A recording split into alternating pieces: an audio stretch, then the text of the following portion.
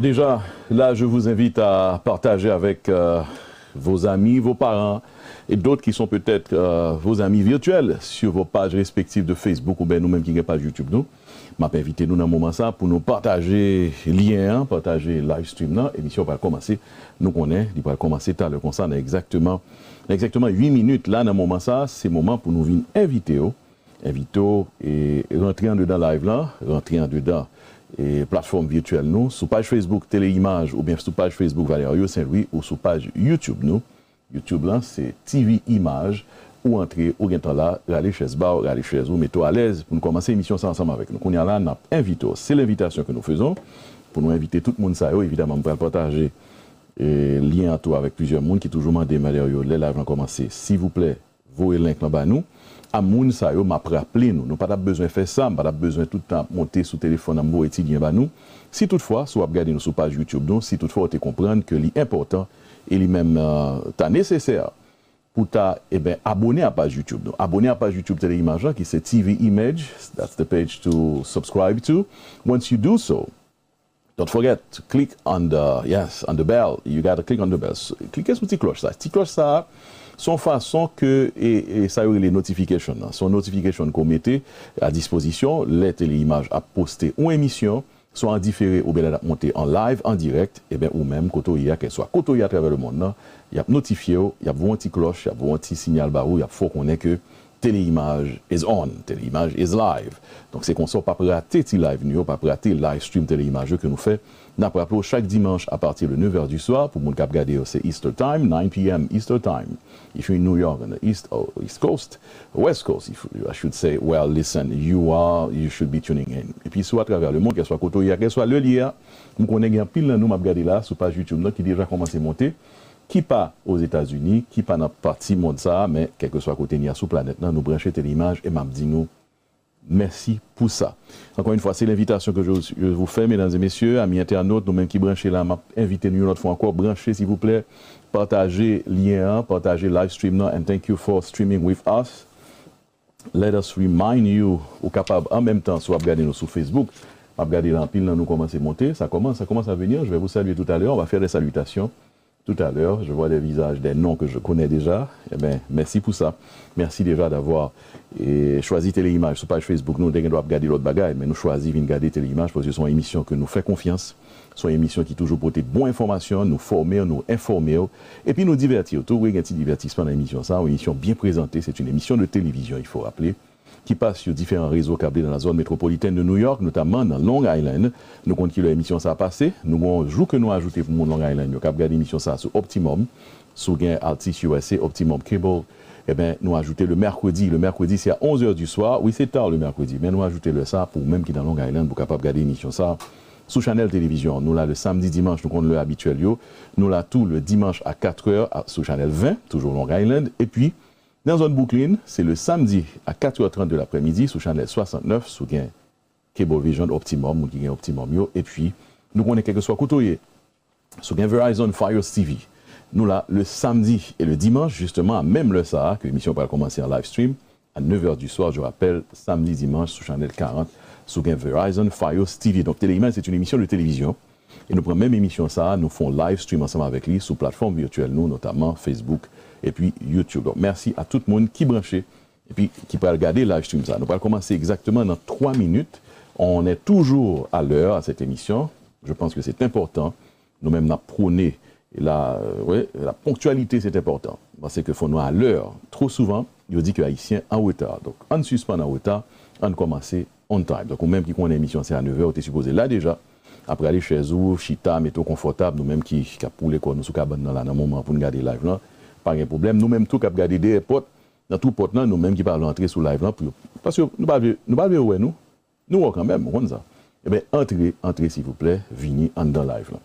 Je veux saluer des personnes qui ont eu à célébrer leur anniversaire cette semaine. C'est qu'un anniversaire de naissance, c'est quelque chose d'important quand même, avant de commencer live là. Eh bien, je veux saluer Madame Maryse Desgraffes. Maryse Desgraffes, cette dame qui aujourd'hui, eh bien, je pense qu'elle a l'âge qu'elle a, elle a l'âge de son cœur. Eh bien, dans ce semaine-là, il était célébré anniversaire, donc je me joins à toute l'équipe de Téléimage, à tout le monde pour nous dire bonne fête, joyeux anniversaire, ad multos años à Madame Maryse Desgraffes, qui, il faut dire, est en train de surmonter une maladie qu'elle surmonte assez bien avec beaucoup de courage et de force. On lui dit de rester fort et de rester battante comme elle est pour faire face à cette maladie. Et très bientôt, l'après aller, puis bien, ça va aller mieux. Ça, je le pense, et avec la foi que nous avons dans mon Dieu, nous connaissons que l'Ibral fait mieux. Encore une fois, joyeux anniversaire donc à Madame Maryse Desgraffes. Et puis, du côté d'Haïti, cette fois-ci, c'est une internaute branchée téléimage, aux amis virtuels que nous fait. Et bon, alors nous rencontrons, c'est vrai que nous rencontrons en Haïti cette dame, c'est une grande dame que je salue avec beaucoup de révérence. Il s'agit de Madame Micheline Vorbe, qui elle aussi a célébré son anniversaire la semaine écoulée. Donc je prends le temps, de façon... Oui, on veut être gentil avec ces dames. De façon vraiment avec un pile de respect pour dame ça. Et de façon informelle, pourquoi pas. Je lui ai dit dans un message vocal que je lui ai envoyé, mais cette fois-ci, là, devant la caméra de téléimage, je souhaite encore une fois un joyeux anniversaire à Madame Micheline Vorbe. C'est une dame très gentille et j'ai plaisir à lui parler parfois. Une dame de grand cœur. En tout cas, on a lié une amitié et on s'est rencontrés en Haïti. On a lié cette amitié qui a continué virtuellement et j'apprécie cette amitié. Je lui dis encore une fois, joyeux anniversaire. Voilà pour les anniversaires. Il y a l'autre monde qui a fêté anniversaire autour. Je connais qui va le monter sur Facebook. Le dit Valerio, oubliez, faites-moi. Et si c'est le cas, je m'excuse déjà et je promets la prochaine fois que nous venons pour nous saluer. C'est avec plaisir que nous saluons tout le monde qui a fêté fête. Tu nous dit, pour moi, ça, pour fin d'année, ça, sont bénédictions. Lorsque vous levez, vous regardez, eh bien, vous avez le souffle divin, vous avez la santé, et puis vous avez vie. On dit, bon Dieu, merci pour ça, parce que nous connaissons qui Jean-Balaye ces jours-ci. Voilà, 2 minutes avant l'heure, 2 minutes avant l'émission. Aujourd'hui, une émission intéressante, encore une fois, m'a rappelé nous. Au poste, Gary Altido est au poste avec nous pour lui présenter l'émission ça ensemble avec moi. Il faut dire aussi que l'émission va être intéressante. Nous déjà, ouais, affichant. Bon, en tout cas, ça, comme c'est pourquoi émission officielle, Anton, nous fait coup d'envoi, countdown n'a tombé, émission a commencé, et puis m'a présenté nos émissions. Là, dans un moment, moi, toujours venir 10 minutes avant l'heure, pour moi, invitez-nous, pour moi, dire-nous, s'il vous plaît, eh bien, rentrez dans le live là, mettez-nous à l'aise, ça coucher sous cabane, ça qui ont appuyé, ça qui a mangé dans le moment, ça qui dans la machine qui a conduit, ça qui a regardé sous laptop, sous téléphone, ou bien devant un gros écran télévision, moi, j'aime ça. Eh bien, alors, moun sa, il faut me dire nous, il y a plein de nous qui regardent sous gros écran télévision dans le salon, là, nous, bien dans la chambre, nous, quel que soit côté nier. Les nous sous gros écran télévision, nous pas qu'à envoyer message, nous pas qu'à parler, pas d'interaction, nous qu'à faire. Donc, je souhaite que nous faisons ça. Donc, pour nous faire interaction, c'est prendre un petit téléphone, nous, monter en bas live là, ou bien, et ordinateur portable, nous, pour nous capables et communiquer avec télémail. Parce que l'émission, ça, sont interactions. Moi, j'aime interaction. Moi, j'aime faire interaction ensemble avec nous, côté que je salue en pile, nous qui déjà commencent à monter là, je vois des salutations qui nous viennent. Je veux saluer ces personnes en retour, et puis nous aimons faire parler ensemble avec vous. C'est ça que fait nous souhaiter que je vous dis dans l'émission, dans fin émission, du moins, c'est un bon petit temps, un petit espace, côté que nous avons bonne chance pour capable de relayer notre téléphone en live stream, en direct, pour parler ensemble avec nous. Nous allons commencer tout à l'heure comme ça, encore une fois. Eh bien, même qui branché là, qui déjà branché, merci pour ça. Vous êtes les meilleurs internautes du monde. Merci encore une fois d'être au rendez-vous. Il est 9h et nous allons commencer à l'heure. Je suis Valerio Saint-Louis. Gary Altidor, depuis ses studios à Queens, nous attend pour commencer. Et puis aujourd'hui, on aura une surprise à cette émission. On n'a pas le qui est lié. L'émission va commencer tout à l'heure, on s'arrête. On regarde 30 secondes avant l'émission. 1 minute ou 30 secondes, en tout cas. En tout cas, moi, I'm là, I'm on time, and you guys, are you there? If you are, yes, a few of you, nous commençons à monter, oui, là. Très bien, bravo pour ça. Merci, et encore une fois, partagez le live stream là. Merci tout le monde.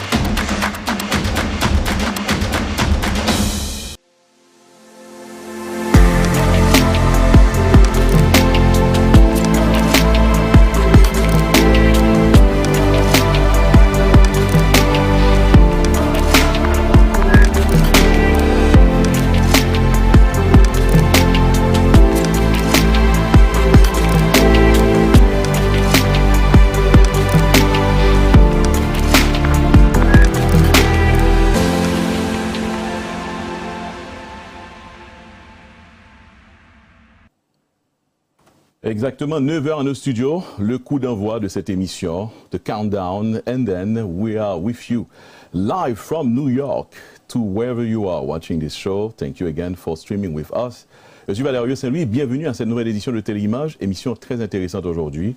Avec moi déjà sur le plateau, notre collaborateur qui est toujours là, son cavalier pour le cas dans l'émission ça, notre confrère Gary Altidor qui nous rejoint et qui certainement commence cette émission avec moi. Encore une fois, bonsoir à tout le monde. Je salue déjà mon ami et monsieur Réginald Abraham et un confrère, un ami aussi, monsieur Marcus Darbouze, branché sur nos pages Facebook et d'autres qui sont évidemment branchés sur nos pages YouTube. Encore une fois, messieurs, dames, merci d'avoir choisi Téléimage aujourd'hui pour passer à peu près 2 heures de temps avec vous. Émission très intéressante, je vous promets. C'est parti. Alors, on salue Gary. Bonsoir Gary. Bonsoir Valerio, bonsoir tous les téléspectateurs qui suivent nous là, en bas live là, qui commencent bonheur avec nous, pas camper. Nous pouvons quand même commencer, il y a demandé qui l'heure pour nous paraître, qui l'heure pour nous être dans l'air. Nous dans l'air, nous devons le déraper. Et nous croyons que jeudi, c'est un jour qui n'est pas triste vraiment pour nous. Mais ça nous constater, c'est que nous sommes là où il y a vide. Il y a une raison pour ça. Nous tous connaissons ça, il y a une raison pour ça. Et nous pas trop de monde dans la rue, nous pas trop de monde qui dans le restaurant la rue. Ça veut dire que ça fait un plaisir quand même. Parce que, mais, il dit, maladie, il n'est pas joué semaine ça. En pile monde l'hôpital et nous en pile ambulance dans la rue Valerio et même pompiers. 2 ambulances a sorti et nous caille avec 2 patients. Il y a l'hôpital dans le même cas là. Ça veut dire nous copier ça, nous garder nous et nous vivre il fait nous mal en pile mais nous t'a dit tout le monde continue à prendre précaution surtout haïtiens yo pas porter tête nous bail. Pas occuper nous de pas oublier masse nous très important le n'a prend la rue parce que n'a une série de monde encore dans la rue qui toujours prêt pour coller sur nous pendant yo pas gain masse veillez nous Valerio nous va déraper là nous pas camper. C'est ça. Et nous-mêmes, tout, nous avons nous parce que nous-mêmes, nous prenons précaution, nous-mêmes, moi qu'on est au même Gary, et ou de c'est vrai, on fait des observations. Je veux dire, la première observation qu'on fait, on dit que la rue, ou si j'en fais mon peu là, on dit que la rue est vide, on va prendre ambulance dans la rue, effectivement, on a des images qu'on va porter nous depuis Queens, New York, et côté prend, côté effectivement, nous, ambulance dans la rue, cap circuler, ça c'est, et pendant un petit peu plus tôt, pendant que Gary Altidor était dans les rues de New York, là c'est Queens qu'on est là, Gary, pas vrai? Oui, oui. Nous tout près à l'hôpital là, parce que nous suivons l'ambulance là, à Cabralé, nous avons plusieurs autres ambulances encore. Que nous, comme je dis, il y a 2 ambulances qui sont sorties non caille. Ça veut dire que j'ai l'impression que le map gardé, c'est 2 patients qui dans le même cas là qui sont sortis à l'hôpital. Donc, nous avons dit tout le monde continue à prendre précaution nous-mêmes, parce que, bon, nous réalisons que nous ne pas attendre trop Valerio, et alors nous pas trop sur les réseaux sociaux, surtout Facebook, reste en peace. Nous pas ça presque tant que j'ai le Covid là fait commencer. So en kembe comme ça pour nous aussi dans la communauté New York et haïtienne pour nous pas gagner pour nous pas gagner du tout monde qui t'a bail traka pour bail moun la peine etc. en ouest na kembe mettez masque nous protéger tête nous pas gain border presque même si nous envie sorti pour une raison pas sorti sans nous pas gain raison. Valerio. Tout à fait. Bien dit, Gary. Et moi, je nous dans ce sens ça. Parce que là, regarde encore, ça sont l'autre ambulance. Les amis, Gary, ça fait. Nous, avons ambulance jusqu'à présent, pendant qu'on a monté là. Oui, il y a plusieurs autres. Que, bon, à chaque fois que nous dans la rue, nous, parce qu'on est à cause de la rue, il faut nous la donner, nous-mêmes. Mais à chaque fois que nous avons ambulance, ça porte une attention pour nous garder. Est-ce que c'est ça lié même, c'est Covid là, qui a battu la casse à ce Noël, montrer là. Et nous avons nous-mêmes parce que nous voulons pour nous protéger tête nous, ouais, même pour l'ambulance qui a passé, etc. Il est extrêmement, et machine, camion pompier même, on connaît depuis, on fait 911, ambulance débarquée, pompier débarqué, police débarqué. Et nous avons aussi pour nous, Kembe communauté, pour nous pas manquer un grand monde qui est en bas life là, pour tout le monde rester en bonne santé jusqu'à ce que bagaille ça, nous pas attendre parler de lui encore. D'accord avec vous, Gary. Et heureusement, vous se dit tout à l'heure à tout, nous pas remarqué. Moi, personnellement, m'a honnête avec vous, faut nous honnête à tête. Nous tout, pas trop senti même panique là, même pression. Évidemment, nous fait mainstream média, on a regardé, on a attendu que, eh ben, c'était quand même 2 semaines de ça, et nous avons gagné un chiffre de 150 000 personnes infectées pendant un grand jour, 2 fois suivi, et le chiffre de monde qui a mouru a monté, c'est vrai, mais c'est peut-être cette fois-ci en dehors de la communauté haïtienne. Par contre, si il y a raison, si moun k'ap gade sous la oui, parce que la communauté haïtienne, on dit ça, Valerio, il y a un petit gens précautionneux. Ils prennent précaution, ils en pile. Ou pas, ouais, trop dans la rue, tant que gens, l'autre communauté, yo chita dans la rue, a manger, ou qu'on est restaurant, pas en dedans, encore c'est dans la rue, mais yo pas jamais réalisé que pendant yo dans la rue, camion a passé, machine a passé, moun a passé, ou par contre qui ça moun gen dans lui-même l'a passé koto pendant ce temps il oublié c'est manger à manger. Ça veut dire toute bagage ça fait partie de imprudence que moun a fait dans la société ça konya. So nous-mêmes nous prenons précaution. Nous résilions nous préférons bouillir la caille et puis nous manger la caille. Ça fait partie de précaution à tout. Mais nous pas porter tête nous bail pour nous laguer comme ça, pour nous dire on a le fait border ou attends. Nous pas besoin de faire border parce que nous gain pour nous vivre. Faut nous vivre. Nous même encore maladie ça pas venir porter nous aller tant qu'on te porter, elle te fait paraître. Il pas porter l'autre mon aller. Tant comme dit ça fait un pile plaisir que beaucoup ouais dans Facebook rest in peace dans la communauté haïtienne. Valerio. Ce qui est bien dit Gary parce que les nous songeons, nous avons pris frappe là, commencement de la pandémie en mars, eh ben, c'était la panique, et panique est arrivée sur moi, et voisins nous, dans le quartier côté Niagari, ou comme ça, ouais. Tombé, plusieurs monde dans la communauté ont tombé, et cette fois-ci, nous sommes très contents que Jean-Saud dit là, nous souhaitons que la communauté a été protégée, peut-être, a été pour précaution. Merci pour ça, Gary, merci pour l'observation, ça. On observe toi avec 2-3 monde, on allait, puis ce sont interactions à faire avec 2-3 monde sous page Facebook, nous allons virer sur page YouTube, tout à l'heure, comme ça. Il y a Jean Villa qui dit que les cas paramédic, ils ont EMT et il n'est pas obligé de patient. Alors pour imaginer ce qui a passé là, Gary, donc on a commenté. Donc oui, nous d'accord. Mais ça, Gary, il faut comprendre, c'est que la fréquencité de l'ambulance qui a passé, c'est pour pas qu'on est habitué. Et Gary était dans la rue, c'est ça le fait d'ailleurs avant de faire l'émission. Il dit, je dis à Valerio, je vais prendre la rue pour me rapporter nous, avec quelques clips d'images qui vont arriver quand même jeunes. Et on a regardé encore là.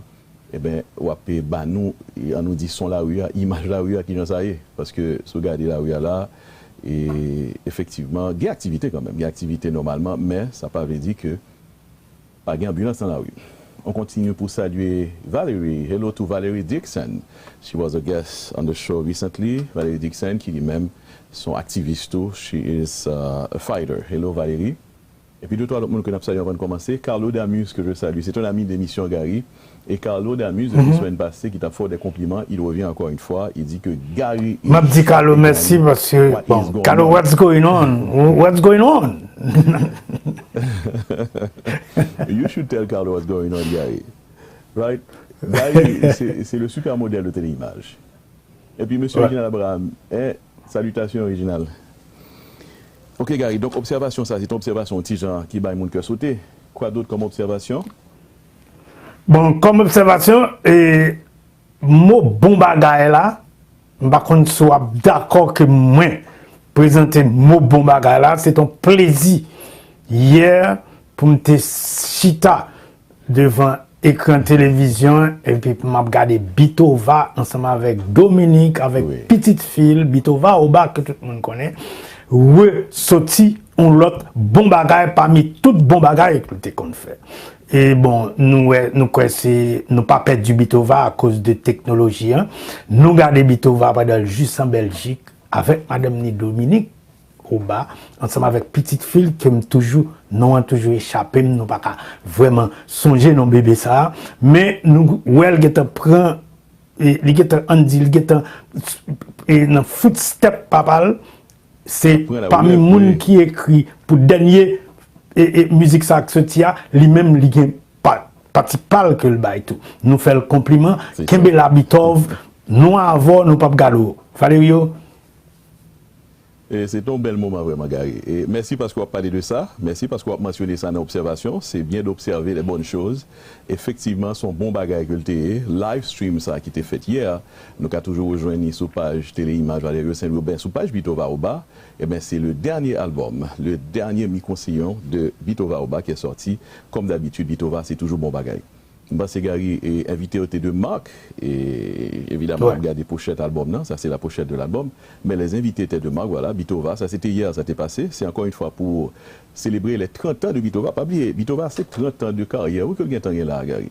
Oui, c'est ça, parce que ça c'est presque 30, c'est pas 30 jours. Et bon, m'a dit m'a 34 ans aux États-Unis et un cas bon petit anecdote, le première fois Bitova passé moi-même avec Philippe Pressois nous ouais Bitova qui a joué en guitare et puis là ça apporte qu'on gagne de télévision nationale et puis n'a regardé Bitova qui a joué guitare tête en bas, ça veut dire Bitova gaucher et puis me dit regardez comment on est qui joue en guitare, c'est comme si c'est première fois me dit ouais ça pour on aussi facile à toucher en guitare comme ça.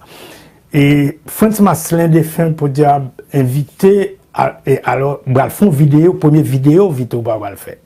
Et puis moi dit France c'est moi pour caméraman parce que mon sang pour mal détacher tout point par point image ça yo côté monsieur virer guitare pour la jouer tête en bas. Et puis devant pour moi jouer ça on était affecté dans l'autre travail ensemble avec France Val. C'était France Masselin qui était gain programmation ça comme réalisateur télévision nationale et puis depuis là me passe son mauvaise journée par le fait que pas quitté mal faire vidéo ça. France Val était en colère parce que les gars émission si c'est pas Gary Altido qui ensemble avec elle, il pas fait émission, il campé émission. Le suspect que job là ka vinn je sim décidé pour mal travailler ensemble avec Francis Masselin, je me perdu ça. Mais chance pour moi encore, je viens rencontrer Bitova Oba après rentrer New York, American là je viens venir. Je regrette que je pas là tout encore je suis venu ici. Et puis je toujours demandé ça, faut me camper avec Bitova pendant Bitova travail et puis nous venons faire à pas artiste pour Haïti.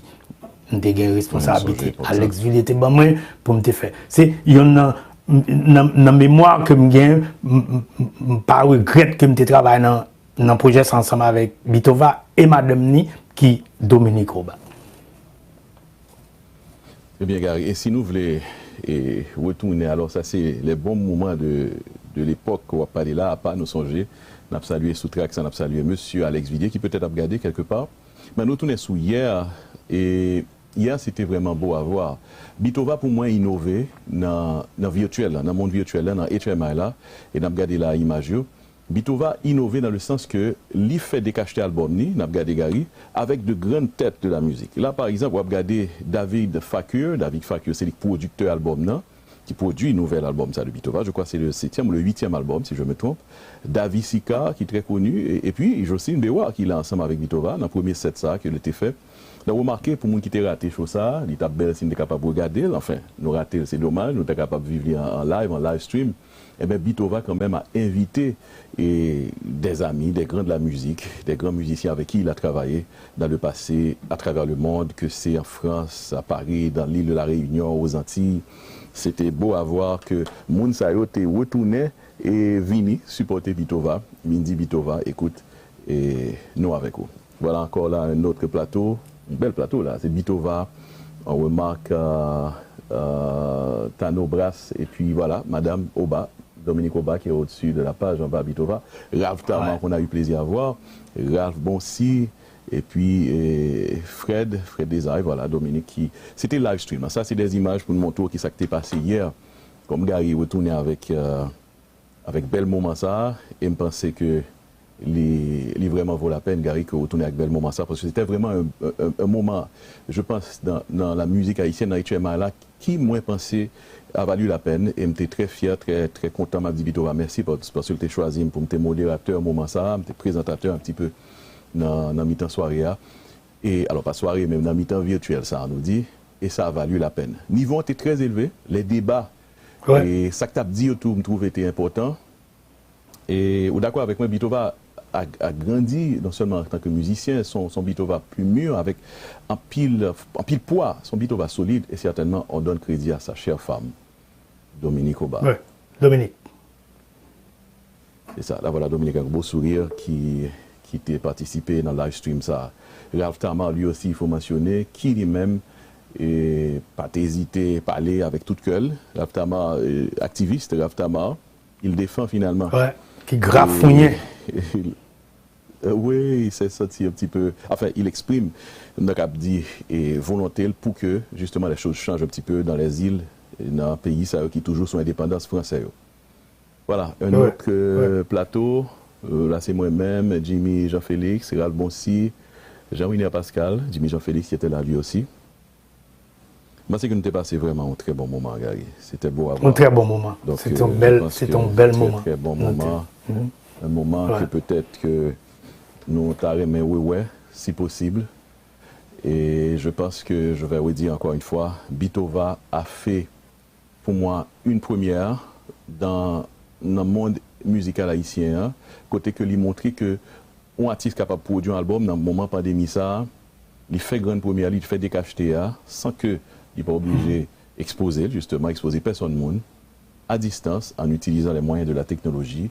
L'arrivée mettait plusieurs autres artistes ensemble avec les Chita, des journalistes, moi-même qui étais là avec l'autre monde, et puis le public qui avait répondu à l'appel. Il faut nous dire, je ne veux pas rater l'opportunité de rappeler que un artiste comme Bello, parce que je trouvais que Bello très proche de Bitova finalement. Bello lui aussi était là, Bello avait répondu à l'appel, et il était belle pour nous dire Bello dans la plateforme ça, voilà. Bello, qui lui-même t'a montré appréciation pour bel mouvement ça, voilà. Depuis Haïti, il faut dire, Bello était là. Malheureusement, nous n'avons pas de chance de gagner. Oui, Manoba. Manoba, pas de cas là, le frère de Bitova. Oui, sous capteur de ça dans virtuel là, et qui t'a fait appel libre pour te apparaître. Mais techniquement, vous connaissez. Technologie a gagné fois des côtés liés, surtout Haïti son côté qui chargé avec problème dans l'affaire internet. Ça veut dire que j'ai l'impression que c'est ça qui fait nous pas trouver et Mano que me dans vie que me pas longtemps. Ouais. Exactement, oui, nous avons un plaisir Mano. Voilà, donc c'était un bon moment pour la musique haïtienne. Pour Bitova Oba, c'est un bon bagaille. Rappelons que c'est plusieurs micro-sillons largeur. La nouvelle technologie permet que un peu de monde download musique, so you can go ahead and download, find Bitova Oba, his latest album, entitled Bon Bagay. Et il y a bon bagay sur l'album, ça. Garantis ça. Voilà pour ces rappels. Merci, Gary. Moi-même, Gary, il faut bien faire ce qu'on doit faire. Je vais demander à Gary de m'accompagner pour saluer justement des commanditaires qui permettent que cette émission soit possible. Live stream ça, Cabine avec nous chaque dimanche de 9h. Il y a des fois, on est jusqu'à 11h. On est arrivé jusqu'à minuit et quelques. Eh bien, sponsor ça, oui, parce que nous comptons déborder. Oui, nous comptons déborder avec les invités. Un sponsor à saluer, ça vaut la peine de saluer ces sponsors, leur dit déjà merci. Et là, nous saluons ce sponsor, c'est Big Apple Urgent Care, qui est à Brooklyn, avec le docteur Tamara Moïse, qui supporte toujours les émissions Téléimages. Merci au docteur Tamara Moïse et le docteur Watson, qui est justement derrière elle. Big Apple qui rejoint sponsorship, les sponsors, il faut dire, de Téléimages. Merci pour sponsorship là. Big Apple Urgent Care, l'île à Brooklyn, c'est comme si son salle d'urgence dans l'hôpital, côté que vous un problème ou bien 24 heures sur 24, vous êtes capable de docteur, vous êtes capable d'aller pour joindre soins en urgence, et certainement, sous beaucoup ouais, médecin qu'on habitué à sous beaucoup ouais, certainement, ou capable d'aller dans Big Apple Urgent Care. À part de Big Apple Urgent Care, je veux saluer Madame Laroche. C'est une modiste grande couturière haïtienne qui, elle aussi, depuis quelque temps déjà, montré support à Téléimages. Merci pour ça, Madame Laroche. Voilà, Madame Laroche qui vient d'ouvrir son studio, son bridal shop, Madeleine Laroche Bridal Shop, in PA, Pennsylvanie. Voici son numéro de téléphone. Utilisez son numéro de téléphone pour certainement, sous ta main, et ils font belle la mariée pour vous. Je pense que il vaut la peine. 267, area code 407 1663. Là, c'était décacheté à Gary, côté que nous te font monter Gary ensemble avec moi, et qui l'image, on te monté pour nous couvrir et dès qu'acheter ça, c'était la grande ouverture de ce bridal shop. C'était déjà 2 semaines de cela. Nous t'avons couvert, il était en live sur Téléimage tout. Et c'est une façon aussi de saluer nos sponsors, de saluer Madame Laroche qui, elle, supporte aussi les émissions Téléimage. Merci à Madame Laroche encore une fois. Madame Laroche, elle a bien pour venir dans l'émission, il était venu déjà, mais elle a bien pour nous retrouver encore dans l'émission Téléimage pour parler nous de qui ça le fait. C'est une grande dame de la couture. Il y a un pile média étranger parler de lui. Et pourquoi pas média ici? On t'a supposé parler d'un monde comme ça, un monde qui gagne qualité, qui gagne talent, tout, il faut dire. En dernier lieu, c'est un sponsor qui va nous rejoindre. Ils font une tentative pour lui sponsoriser le live stream que nous découvrons leur élection au Gary. On a regardé pour nous essayer pour rejoindre l'équipe sponsor Téléimage parce qu'on a besoin de sponsor finalement pour subsister. Eh bien là, ce sont des produits, Gary, et ça, je ne voulais pas parler de ça tout, et même après l'émission, je voulais présenter aux produits ça.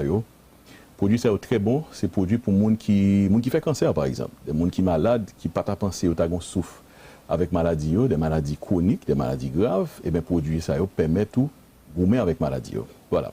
C'est Atomy, bien que les produits Atomy sont connus de plusieurs personnes, mais là, je voulais indiquer nous. Eh bien, numéro de téléphone, ça est sur l'écran, qui c'est 917 717 95 47. Un produit qui est Imohim, produit ça est très bon dans ce moment-là, pour les gens qui veulent build immune system, pour ça fait Corona, parce que Corona frappe ça aussi. Eh bien, Imohim est très bon. Nous référons ça, produit ça, et sur le numéro de téléphone, ça, il y a faut rejoindre produit ça. Bon, ça, son produit, son Jensen, les gars. Mais, ouais. Monsieur, il y a un petit problème technique. So, il gagne toute la donne. Il gagne toute la donne. Alors là, son l'autre produit, ça y est lui-même. Son produit lui-même qui permet des messieurs, puis garçons, que j'ai eu hier. Messieurs qui ont des problèmes de performance sexuelle. En tout cas, vraiment une ligne de produits. Gagne un thé, ça par exemple, c'est pas Métoa, son produit qui est bon pour les gens qui fait diabète, et les gens qui ont des problèmes de santé, et aussi pour les gens qui ont des problèmes prostate. Donc, voici la ligne des produits Atomy. Et le numéro de téléphone qu'on est sur l'écran, il est important pour nous utiliser parce que ce sont justement de très bons produits, des produits qui faits avec produits naturels. Ils sont sortis juste dans le pays Corée du Sud, dans des laboratoires spécialisés pour permettre nous de joindre une solution avec maladies et des maladies chroniques, il faut dire. Voilà pour les sponsors. Et encore une fois, merci pour les sponsors. C'est une façon, tout Gary, pour nous, tout parler à monde qui a regardé là, il y en a nous qui a regardé, qui peut-être un business, qui choisit Téléimage pour nous garder émission, pour nous passer un bon petit moment ensemble avec nous, puisque Téléimage, c'est information, formation et divertissement, mais aussi, son façon, pour moi-même personnellement, moi, lancer appel là, à tout le monde qui a regardé là, pour me dire, ou même, sous mon business, pourquoi pas, et marketing, promotion, advertising, réclame pour business, sont importants, vous pensez? C'est très important, bien que nous n'avons pas l'habitude de ça, we're not used to that yet. Mais pour business où exister, monsieur, madame, ou même qui a regardé là, nous comprenons qu'il y a une petite tradition là-dedans, il y a une petite croyance nous, bon, nous faisons un petit sorti pour nous voir ça gagne de pour nous voir qui ça nous mettre devant business là, dans business là. Nous avons affaire nous la gâter dans business là. Bon, respecter ça, c'est nous-mêmes qui croyons là-dedans. Même qu'à garantir nous, chaque marché à lui-même, c'est faire réclame, faire publicité et voilà, Téléimage offre une opportunité pour faire publicité ensemble avec plateformes ça qui sont émissions télévision et qui c'est tout en plateforme sur Internet, côté que nous avons passé et côté que un pile de monde qui est branché à regarder nous. Merci à quantité de monde qui est monté. Voilà pour les sponsors. Et puis, on salue 2-3 monde rapidement. Et oui, Carlo Damus qui fait des réactions. Merci, Carlo. Bon, il faut virer sur page YouTube. C'est ça que je devais faire parce que nos amis de YouTube sont là. On va monter. Voilà. Ouais. Oui, il a monté. Je voulais saluer Madame Jaffna Larose. Bonsoir Jaffna. Jaffna, il semble qu'il couchait sous dos qui a regardé l'émission ça.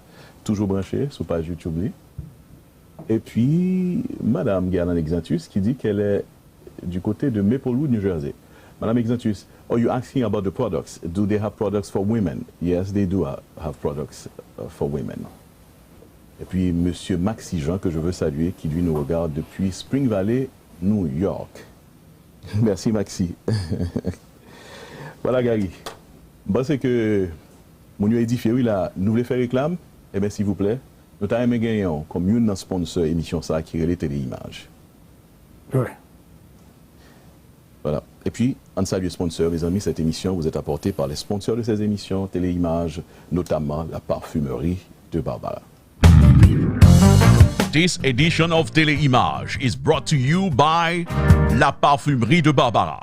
For all your exotic French perfumes, cosmetics, beauty and hair products from France and Europe, La Parfumerie de Barbara, located at 1935 Grand Avenue in Baldwin, Long Island. La Parfumerie de Barbara, 516-805-2318. We ship all over the U.S. Also brought to you by Bellimage Graphics, 516-292-4400. For all your marketing, printing and graphics designs, Bellimage International Group. Think big and dial 516-292-4400 or 516-399-0244 on WhatsApp.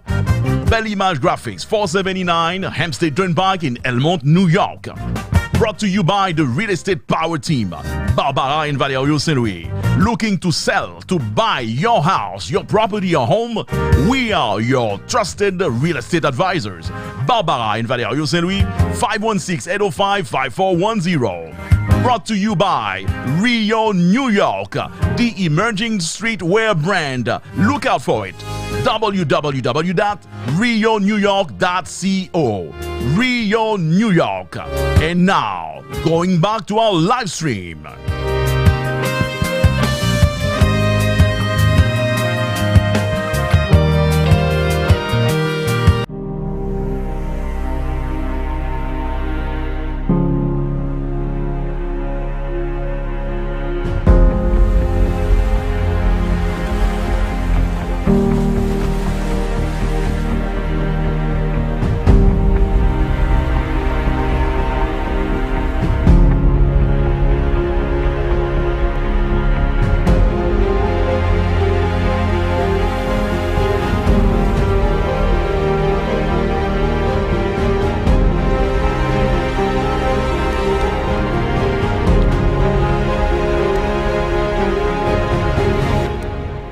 Available at La Parfumerie de Barbara, 516-805-2318.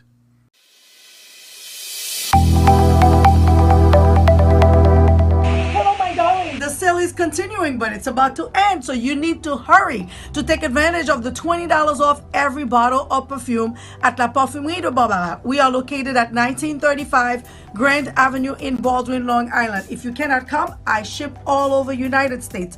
We take all major credit cards, Cash App, Zelle, you name it. Just give us a call, 516-805-2318 to place your orders. I'm showing you every week different, perfumes that you can order. This time we're looking at Lolita Lempica. Right over here, guys, beautiful scent for you. Over here we have Aura of Giacomo, another different one. I want to show you different scents, of course, try different ones. And then we have over here Mont Blanc, Présence d'une Femme. We also have over here First of Van Cleef & Arpels. We have over here Rose Noire, Définitivement. Some of you may be looking for that. And then here we have Hannah Marie Butterfly. Beautiful scent, ladies. Nothing too strong, something you're going to enjoy for a long time. And gentlemen, of course, for you, I have Rochas pour Homme. I have over here Bogart pour Homme de Jacques Bogart. And then we have Dolce Gabbana Light Blue for you gentlemen. And over here we have Coach New York for men. And then we also have Jaipur de Boucheron for men. So they are all here waiting for you to either call or to come to La Parfumerie to pick them up. Again, 516-805-2318 to take advantage of the $20 off every bottle of perfume. Waiting for your call, darlings.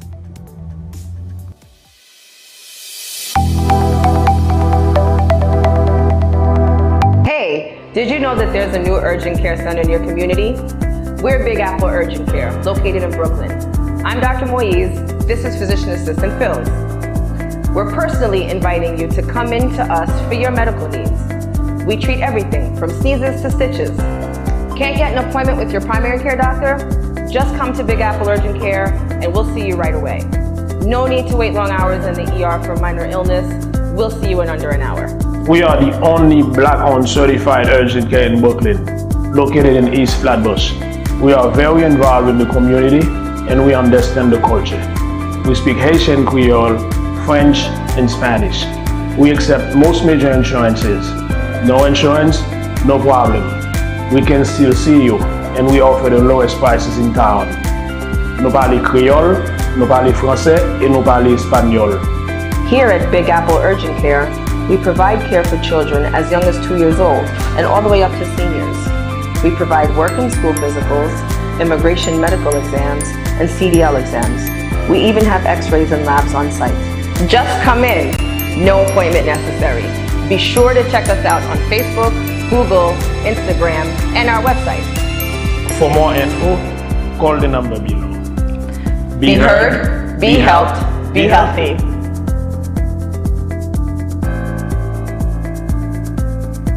La santé c'est bagay qui pi important dans la vie. C'est aussi avec toute qualité maladie, virus, pollution qui a frappé le monde entier, faut ou protéger tête ou avec un produit qui relève Imohim. Produit ça, li bon pour monde qui fait cancer, quel que soit cancer là. Pour combattre side effect chimiothérapie ou fait chimo craser corps, produit ça bon pour vous. Produit ça tout et des monde qui souffrent avec diabète. Produit ça sont anti-inflammatoires ou antioxydants, les corée immune système ou gens pour pas prendre coronavirus. Attention, virus COVID-19 là dehors, la frappé en pile monde avec produit ça, Imohim ou à protéger tête. Un autre produit c'est Hangsamdan, li bon pour moun qui fatigué, li fait sang dans veine nous circuler pi bien et puis pour messieurs, li mettez au jam. Garçon qui pas capable bon performance sexuelle, problème nous fini avec produit ça. Hangsamdan. Un autre produit important pour santé nous c'est Sor Palmetto. Produit ça très bon pour prévention contre cancer prostate, infection urinaire, inflammation, li edo, pas perdre du cheveu. Messieurs dames qui perdre du cheveu, produit ça Sor Palmetto, li bon pour nous. Bon autre produit qui bon pour nous toujours, li relè Purity. C'est un thé spécial qui élimine toxines dans le corps. Li bon en pile pour digestion, li réduit stress, li faut dormir bien contre bébé. Li edo perd du poids et puis li permet tout rester jeune. Pour plus d'informations, pour commander ou bien pour joindre produit ça yo, relez dans 917 717 95 47 917 717 95 47. Protéger la santé,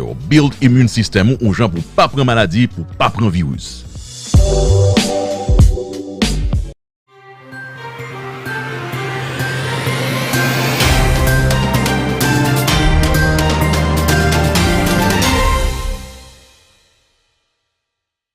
Brooklyn Borough President Eric Adams announced last week that he will be running for mayor of New York City. The announcement was made on a video Zoom where a few hundred people from his family members, friends, supporters, and co-workers were there to actually listen to this announcement that officially the Brooklyn Borough President Eric Adams will be running for mayor. The primary should be happening next year in June 2021, and Eric Adams will be facing the mayor that is sitting now. Actually, we all know the mayor of New York is Mr. Bill de Blasio. Mr. Bill de Blasio that's been sitting on that post since January 1st, 2014. He will be running for re-election, but Eric Adams himself running for that same post, if he is elected, will be the second African-American ever to be elected as mayor of the city of New York.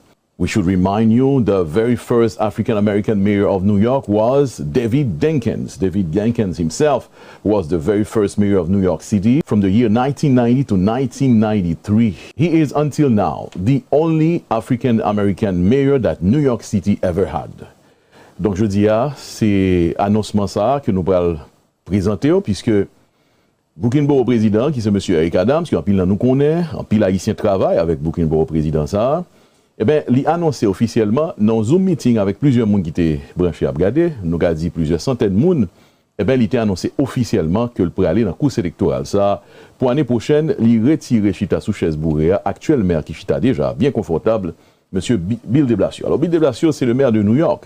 Donc, élection pour le fait là, l'année prochaine, primaire, c'est en juin 2021. Eric Adams, encore une fois, annoncé que le pourrait camper en face avec maire actuel là, M. Bill de Blasio. On belle face à face, et nous sommes dit tout à l'heure là, c'est pour peut-être, s'il arrivait élu, c'est pour le deuxième maire de race africaine, africain-américain, nous dit, de race noire, qui t'a venu, et bien arrivé Chita, dans la mairie New York là, comme maire de New York, deuxième noir. C'est appelé l'histoire, encore une fois. Est-ce que Eric Adams est capable de faire? Évidemment, c'est toujours possible, puisque dans l'élection, on pas jamais connaît. Surtout que ces jours-ci, ça c'est analyse qu'on a fait, c'est pas information à bail, c'est analyse qu'on a fait dans ce moment-là. New York est entré dans une dynamique de mouvement Black Lives Matter, quand pile bail a changé, et maire Bill de Blasio lui-même il reproché plusieurs bagailles.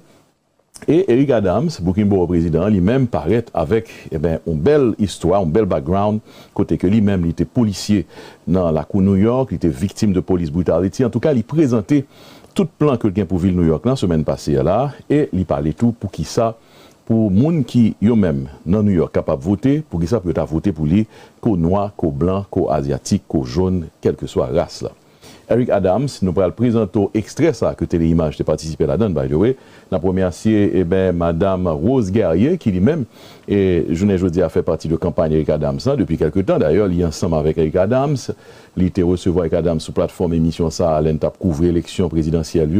Nous songeons, Madame Rose Guerrier, c'est une monde qui est responsable média et mes relations médiatiques, médias internationaux. Nous dit, dans la campagne Eric Adams, nous allons faire parler avec tout à l'heure, s'il est disponible, s'il est capable. Mais en attendant, on a regardé announcement ça.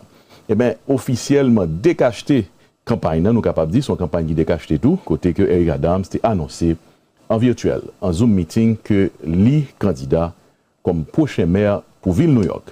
À nous suivre.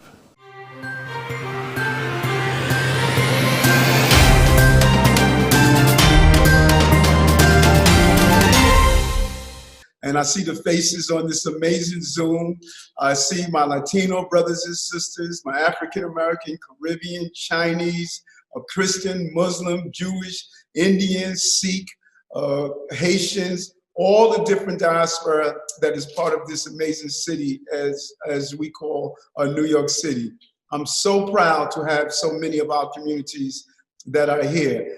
That email I sent you was to tell you that we can't meet face to face, but we're doing a Zoom to Zoom. And I wanted to give you to share the information of this important day. And if you're ready, I'm ready to share with you. Today, I am announcing that I am running for the mayor of the city of New York. Thank you so much. Let's go. Let's go. Thank you. Let's go. Let's go. Let's go. Let's go. Let's go. Thank you. Let's go, Eric. I just really want to thank you all so much. And to you, brothers and sisters, we have waited a long time for this, and now we're here. So many of you have been with me for years, and it means so much to me.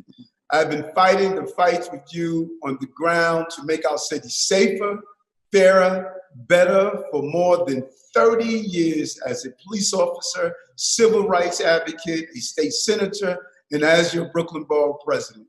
I say it all the time. I have worn an armor and fought against injustices for you for so long. Some people look at my armor and they see the dirt, the kinks, the grind, and the damage. But you look at it and you see all those imperfections coming from being on the field of battle, fighting on your behalf. You are my strength so that I can be your voice. And I cannot say it enough. Thank you, thank you, thank you. Now let's look at this city we call our home. Our city is facing a crisis like we have never seen. We have lost nearly 25,000 New Yorkers to this virus and hundreds of thousands of jobs. And I know it far too well. And we are still losing. Infection rates are back up to dangerous levels. The fight is far from over. Every week without a job, a family goes deeper into debt. Every school day, a child can't get proper instruction. She or he loses a little bit of their future. And it's Black and brown New Yorkers who are losing the most. And that is nothing new. COVID may have been thousands or impacted thousands of New Yorkers, and thousands of New Yorkers were sick, but far too many, it was inequality and indifferent, dysfunctional government that killed them. And we need to be clear on that. People talk about a tale of two cities, but we need to acknowledge that the dysfunctionality of government is the author of that book. We need action, and we need it now. The city is in serious trouble. We have already been through a lot, and the future we face is full of monumental challenges. Now is the time to turn our pain into purpose together. As you know, like many New Yorkers, my life has been full of struggles. And like so many, those struggles did not start with COVID-19 pandemic, and we need to be clear on that. It did not start with the recessions that the COVID-19 created. Like so many New Yorkers, my struggle started early in life. I was born in Brooklyn, grew up in South Jamaica, Queens. It wasn't always easy. My mom's worked tirelessly cleaning houses to make and help make ends meet and raise her 6 children. When we came home from school, we didn't know if we would have food on the table or an eviction notice on the front door, and that was real. But we persevered because that's what New Yorkers do. And as hard as it was, I still grew up loving the city, its people, its cultures. New York are all laid on top of each other, finding common connections in those struggles whenever there are differences. But as a 15-year-old, I fell and had a difficult time. I faced a life of uncertainty. My brother and I were arrested for trespassing and beaten by police in the 103rd precinct. That was a dark moment for me, but I had people who loved me and the determination to change things. So I did what no one expected. I became a police officer to change the NYPD from the inside, to take on systemic racism from within. Not an easy task, but I believed it was possible. And that is why I spent my entire adult life in public service. That's why I co-founded 100 Blacks in Law Enforcement, to reform the NYPD so that our city would be fairer and, most importantly, safer. This is why I became a state senator and why I became Brooklyn Borough President.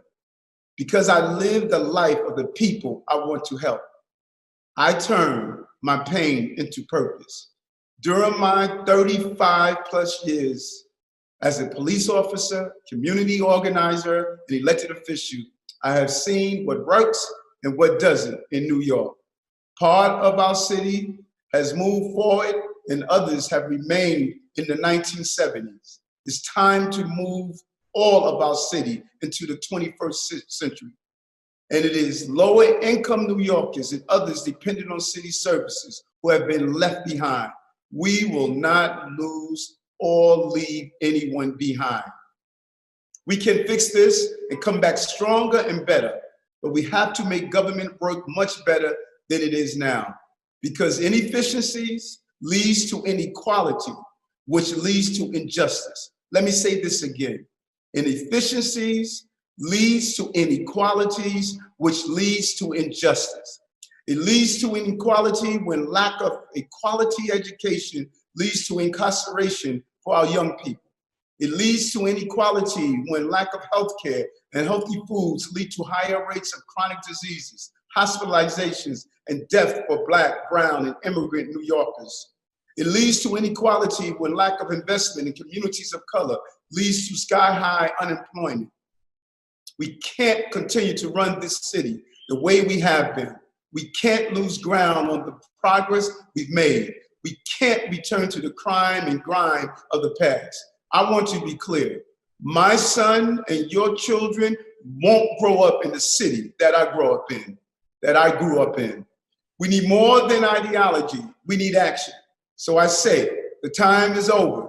It's our time now. It's time for the city to deliver to all and for all of the people of the city. It's time for New Yorkers of all incomes to live in a safe, clean neighborhoods. It's time for access to opportunity, no matter your background. It's time for law enforcement that protects New Yorkers while it respects civil rights. It's time for a public health revolution that keeps COVID under control while closing the vast racial gaps in all forms of care. This city should allow all New Yorkers, no matter their income or ethnicity, no matter what their beliefs or how they worship, no matter who they love or how they want the world to see them, to be who they were meant to be. That is the promise of New York City. And I have every belief that when we unleash the potential of New Yorkers by allowing them to thrive, there is no pandemic, no recession, no division that we cannot overcome. We will turn our pain into purpose. Just as we have overcome our personal struggles separately, we will also overcome this great adversity together. To deliver on this promise of New York, I know you will help me. We have already gotten started. Today, I release my plan for fixing city government, and in the coming weeks, I will put out detailed plans for turning this city around. Because this is not only a race for the mayor of New York, this is a race to save our city. And so I thank you from the bottom of my heart for 8 million plus New Yorkers. And trust me when I tell you, New York, we got this. We got this. Thank you very much. Love you. Let's continue to move forward. Well put together. Thank you, King Eric. Way to go. Thank you. Let's go. Got this. You're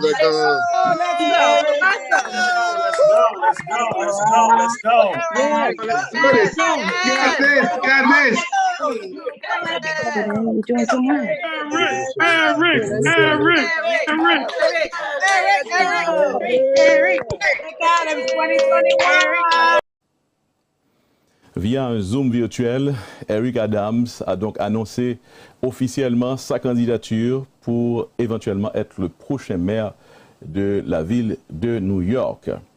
Je veux porter une rectification et merci à mon ami Carlo Damus qui, en bas live, là, écrit et rappelez-nous justement que maire Di Blasio pas qu'à retourner et briguer en l'autre terme, puisque le guettant bouclé 2 termes.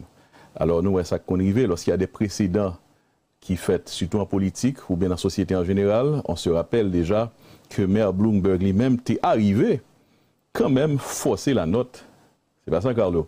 Il était fait un terme au-delà de ça que le doit faire. En tout cas, c'est politique qu'a fait là, politique américaine en plus. Donc, merci pour ça. Merci à notre ami Carlo Damus qui nous a précisé, qui du moins nous a permis de rectifier.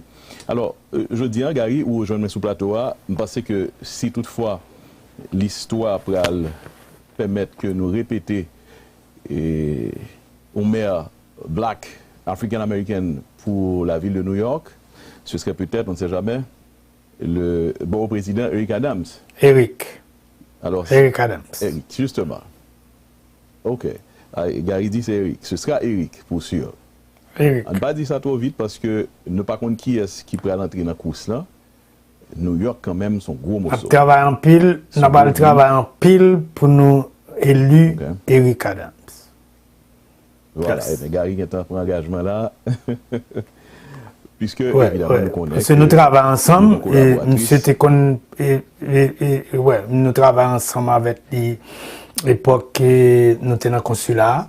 Nous travaillons ensemble, c'est toujours ouvert porte pour beaucoup communauté parce que nous avons un programme touriste que nous avons fait. C'était très open, surtout rose, nous avons un pile coup de main pour nous montrer à Haïtiens qui ça président de la communauté Brooklyn a fait.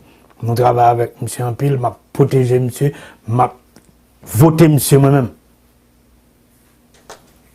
Voilà, donc Gary décidé là pour nous pousser Eric Adams. OK, en tout cas, téléimage, ce n'est pas un endorsement que nous avons fait, mais évidemment, puisque nous avons un monde qui est dans la campagne, qui passe nous informations et internes, qui fait nous connaître que Eric a pile chance pour l'arrivée prochain maire de la ville de New York. Donc nous supportons évidemment, pourquoi pas, et nous t'aimons, ouais, moi-même ça a fait un plaisir pour nous, on l'autre mayor of New York, African-American, noir, de race noire.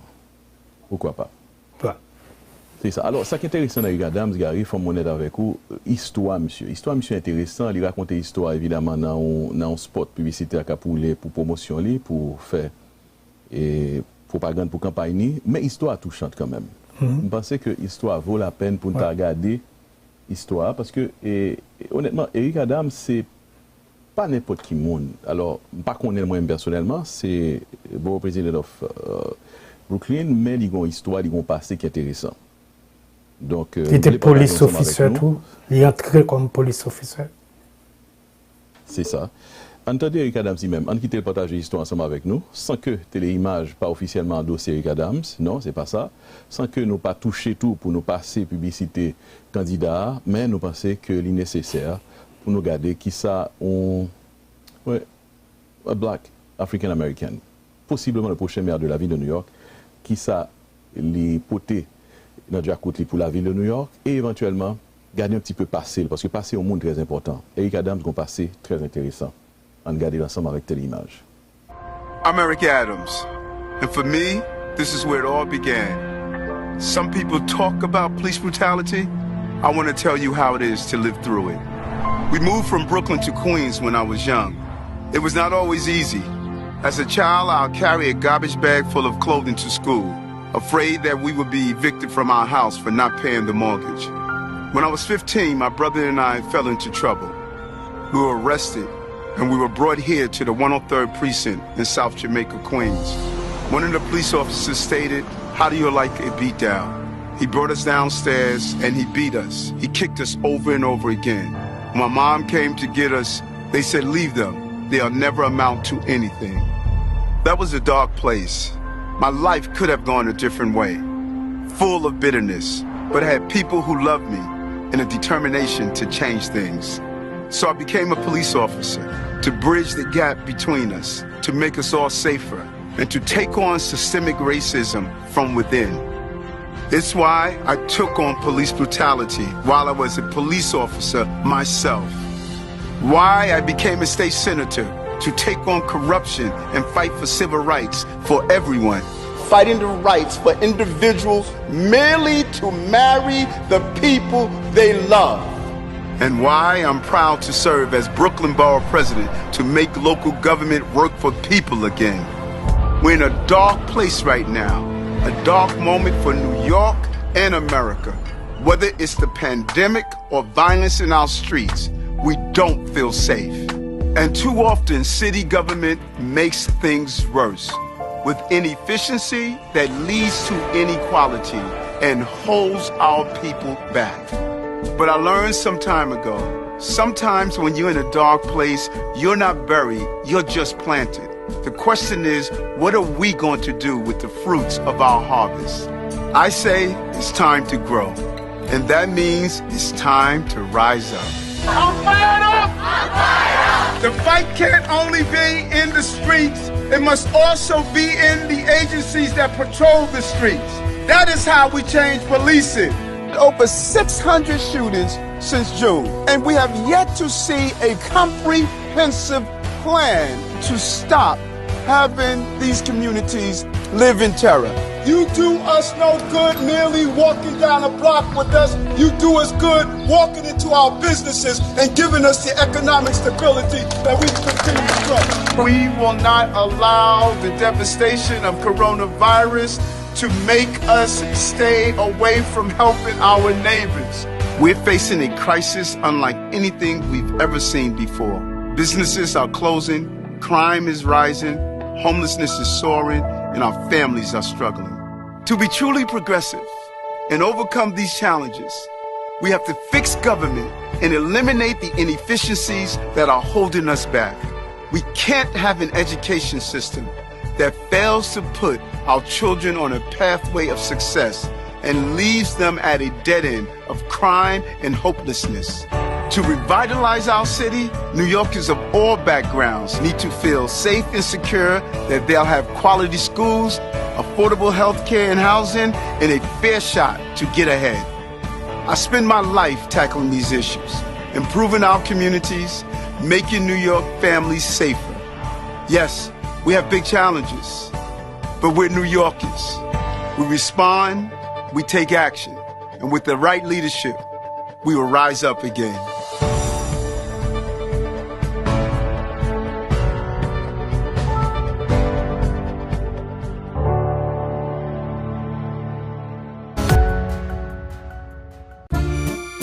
La Parfumerie de Barbara, a chic little boutique located in the heart of Baldwin, Long Island, New York, where you can find the most exotic French perfumes for both men and women, and also for the little ones. Yes, boys and girls have a nice choice of perfumes at La Parfumerie de Barbara. Située au 1935 Grand Avenue à Baldwin, Long Island, La Parfumerie de Barbara vous apporte la ville de Paris dans toutes ces bouteilles de parfums que vous regardez. Toutes les grandes marques, les grands noms de couturiers et designers français s'y trouvent, sans oublier les produits cosmétiques de marque française. Une variété de déodorants français antitranspirants, des crèmes pour le visage et pour le corps préparées dans des laboratoires français spécialisés. Vous trouverez aussi à la parfumerie de Barbara la fameuse poudre bourgeois pour votre visage, madame. Toutes les variétés des bien-être. Le savon français Mon Savon. Toute la gamme des produits Fenjal. Et pour les soins de vos cheveux, mesdames, les produits Mi-Senti, Activilon, en pommade, huile et ampoule. Pour vous, messieurs, les déodorants et parfums de grandes marques françaises et de l'Europe. Et spécialement, les parfums Creed. Découvrez aussi à la parfumerie de Barbara des accessoires de beauté et des bijoux de fantaisie, des articles d'art de chez nous, des tableaux haïtiens, de bons livres d'auteurs haïtiens et une sélection de musique haïtienne en micro-sillon laser pour les beaux mélonanes. Tout ce qu'il vous faut pour offrir un cadeau de choix et de valeur. Alors, retenez l'adresse de la parfumerie de Barbara, 1935 Grande Avenue à Baldwin, Long Island. Et notez le numéro de téléphone, utilisez-le pour appeler Barbara au 516 805 2318. 516 805 2318. We ship all over the US and we take all major credit cards. La parfumerie de Barbara, un joyau de boutique qui vous apporte Paris jusqu'à Long Island. 1935 Grand Avenue in Baldwin, Long Island, phone number 516-805-2318. La parfumerie de Barbara. Hey, did you know that there's a new urgent care center in your community? We're Big Apple Urgent Care, located in Brooklyn. I'm Dr. Moise. This is Physician Assistant Phils. We're personally inviting you to come in to us for your medical needs. We treat everything from sneezes to stitches. Can't get an appointment with your primary care doctor? Just come to Big Apple Urgent Care and we'll see you right away. No need to wait long hours in the ER for minor illness. We'll see you in under an hour. We are the only Black-owned certified urgent care in Brooklyn, located in East Flatbush. We are very involved in the community and we understand the culture. We speak Haitian Creole, French, and Spanish.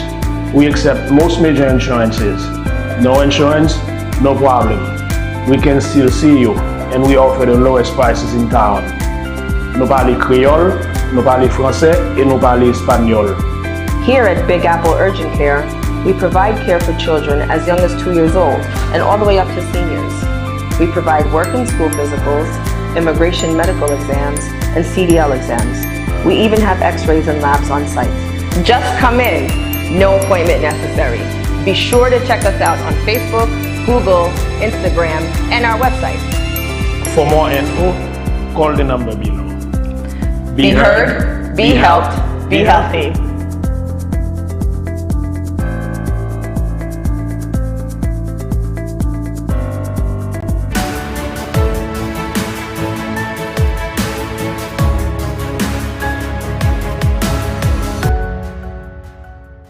Our guest today at TeleImage is a media personality. She is an influencer, social media personality.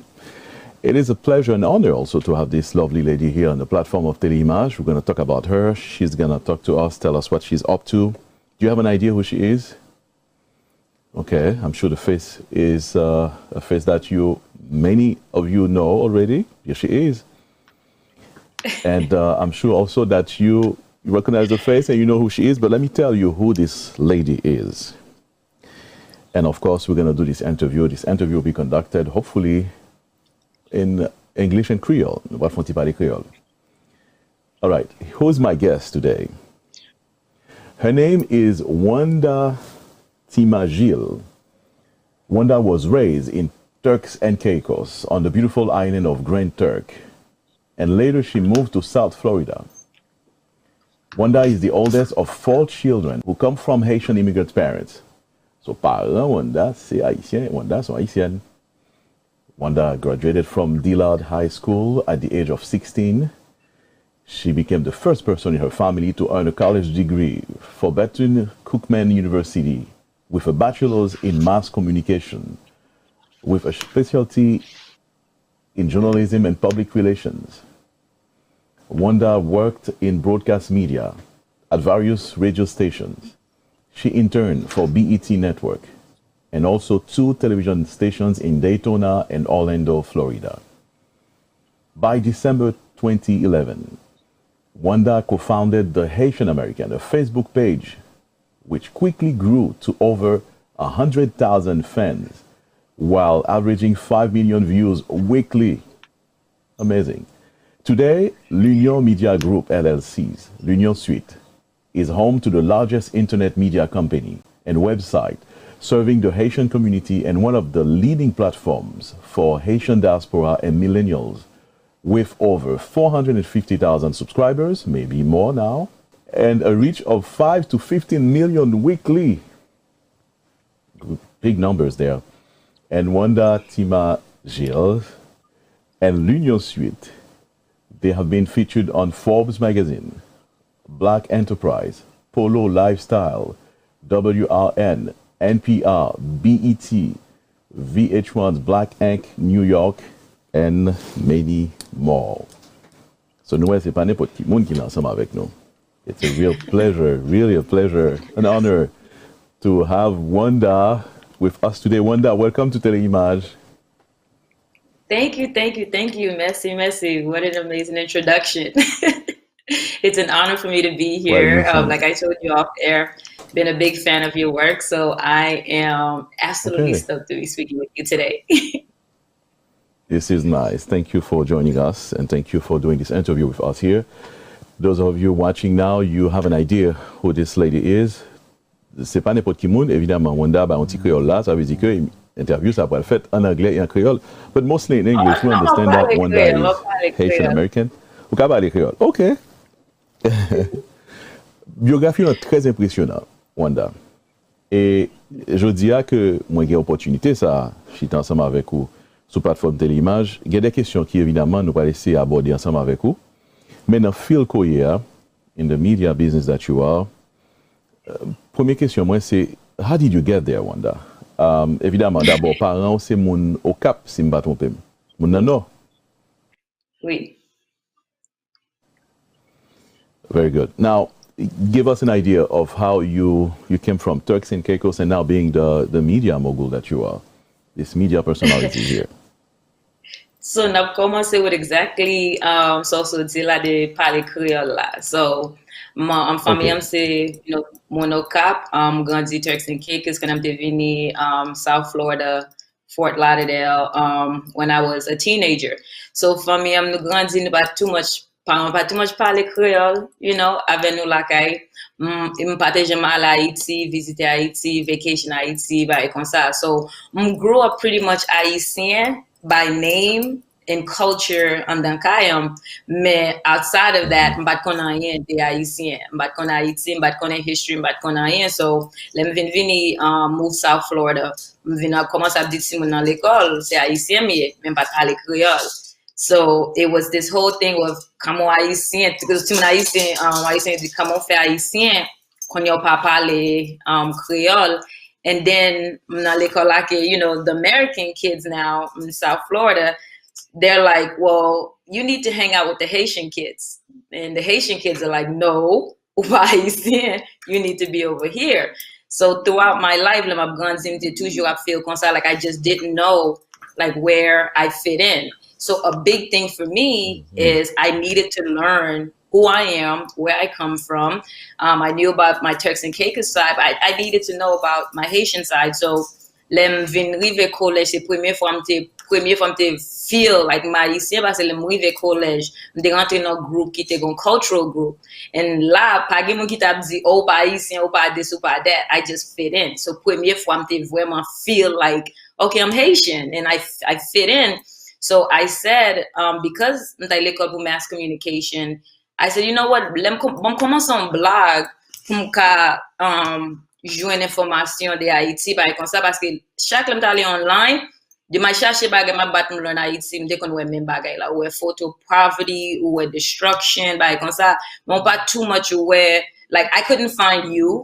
I couldn't find, other Haitian Americans qui m'ont fait bagay, qui Haitian American qui na politics, qui na government, qui na sa bakajan ba Israel.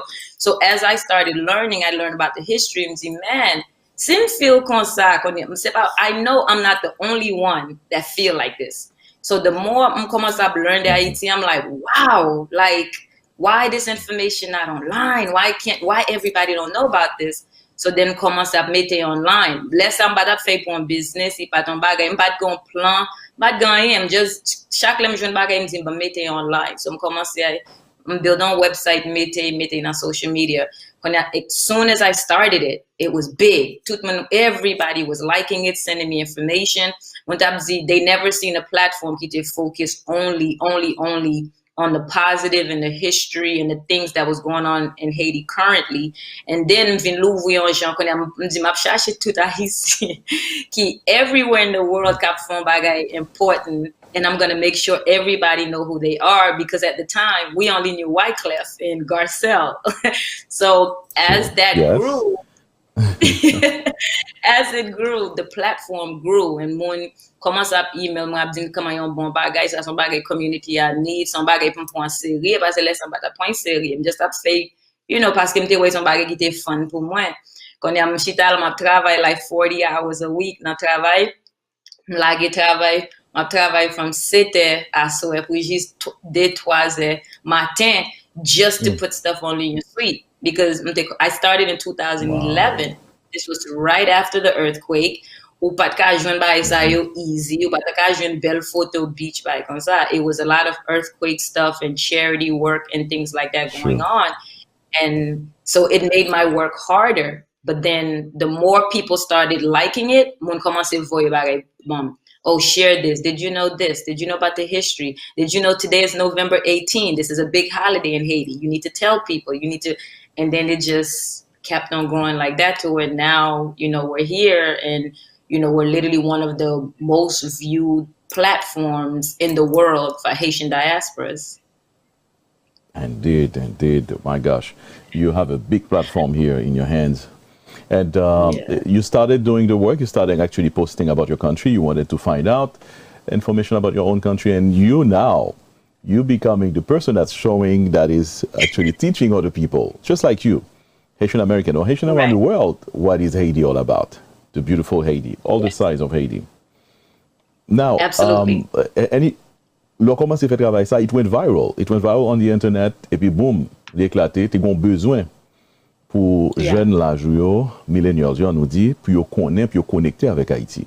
Mais pour qui soit l'Union Suite? Why l'Union Suite? Where does that name come from? And why l'Union Suite? Le premier commencé, le premier commencé faire research sur Haïti.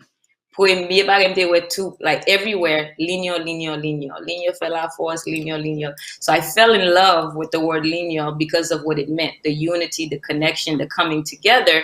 Parce que c'est ça me voulais faire. My goal was to find a way to bridge the gap and bring us together in one place. Côté nous can learn and grow together. So déjà connais word Ligno is very important to me. So then when I was trying to make it make sense, si c'est comme ça, you should add the word sweet. And I was like, ça va faire sens. Why sweet? And she said, like a hotel suite. You connais les côtés tout le monde vini ensemble, yo chita, yo meet, yo connect. And I was like, oh my gosh, that makes sense. So pretty much it's like Unity Suite, where Haitians around the world or people that love Haiti or Haitians can come together, and where we unite, we connect, and we meet. Very well, that's nice. Interesting. Ouais, ça me bat comme ça. Après, c'est que c'est ça qui fait que vous venez annoncer ça. Interesting. We're learning here. So if you really think about it, when we say this, like Unity Suite. That's right. True. Makes sense. And listen, it's working very well. Everybody's connected now to Union Suite. Myself, I'm following your Instagram page, and you're posting stuff. And today, I think I saw one of your posts already. It's all the way high up there in the numbers. Now, ou fait Turks and Caicos, parents haïtiens. Question m'a pose là, on va faire sens pour qui ça et ou t'es qu'à poster sur Turks and Caicos, a beautiful island, Turks and Caicos. It's a nice island, and bon, il y a un bel côté tout que Turks and Caicos. C'est quand même on partit dans ou même Turks and Caicos. Ou t'es qu'à poster, ou t'es qu'à créer une plateforme pour Turks and Caicos. Qui ça dirige vers Haïti spécifiquement? Est-ce que c'est parce que papa ou maman they install in you this love for Haiti? Why? I'm just curious. So technically, I was born in Okap. Naturally, I was born in Okap, but I was in and out of Okap have no history, have nothing. So all I know from the time I was growing up is Turks and Caicos, Guntuk Povo. So even when I was growing up, I always told people I was born in Turks and Caicos. I remember like when I moved here in South Florida and my mom was like, chérie, and I was like, I've always told people, you know, I'm from Turks and Caicos, like my sisters and my brothers. And yeah, so Muno Cap, I feel it. Chaque lem parle moun di sa, like, oh, ou parle kwa moun au Cap, lem pon lage la kayam, men famiyam. Oui. No, so my thing is, I just didn't know, and I didn't have any connection, and I had never been.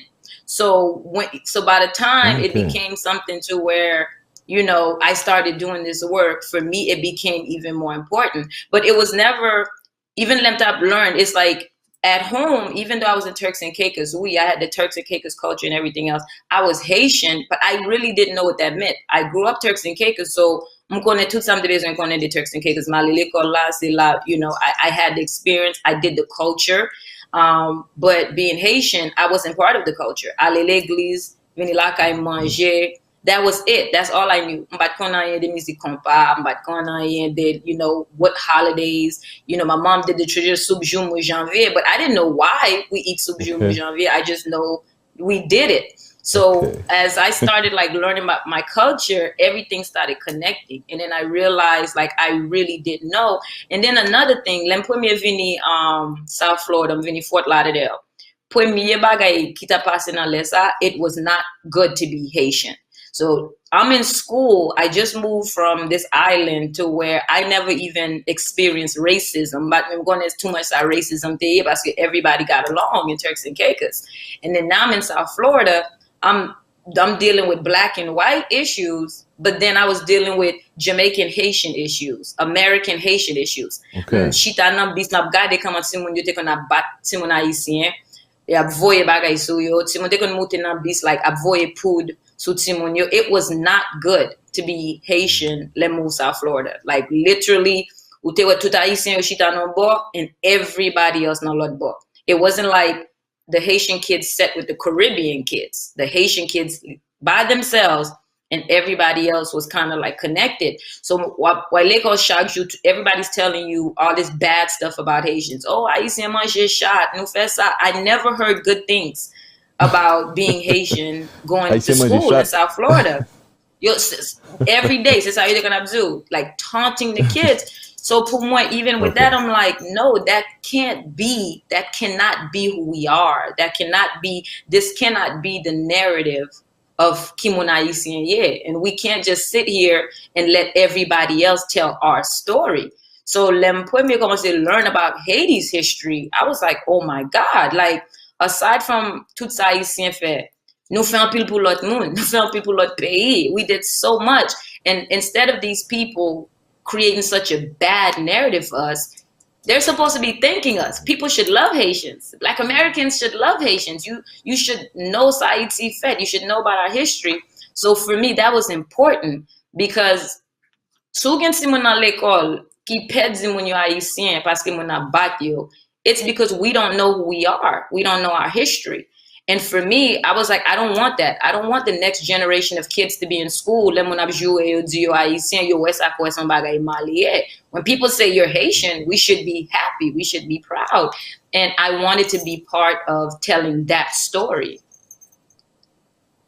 And indeed, you're telling that story so loudly that the world is now listening and watching you, watching your platform, following your platforms. And now, nous allons parler de l'éducation académique ou entrer dans les médias, communication, mass communication, spécialité en journaliste.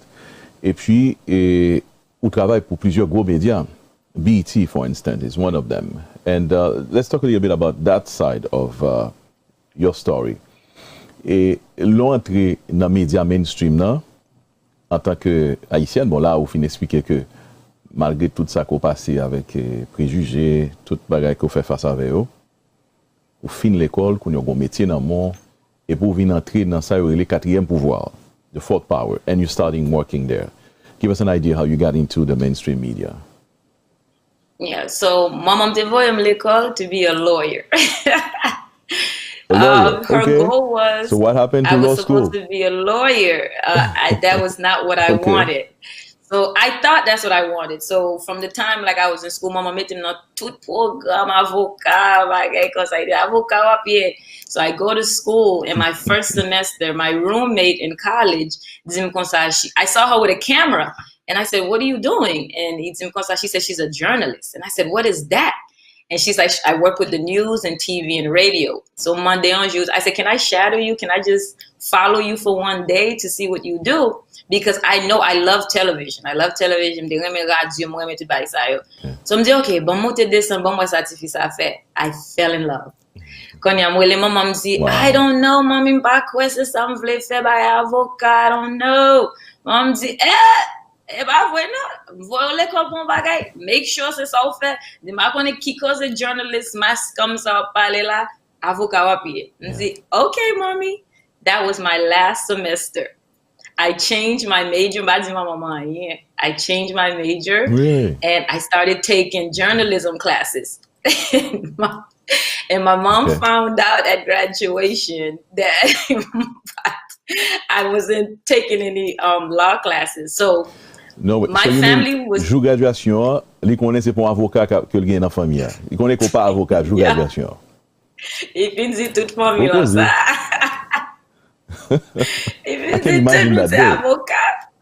It was a very shocking day for me. So I knew because I knew I could never fail. It was like, make sure you do it. Make sure you do it at the best of your ability, because if your mom paid money, so make sure, this is what you do. So when I was in school, I interned for everything. Like I was working.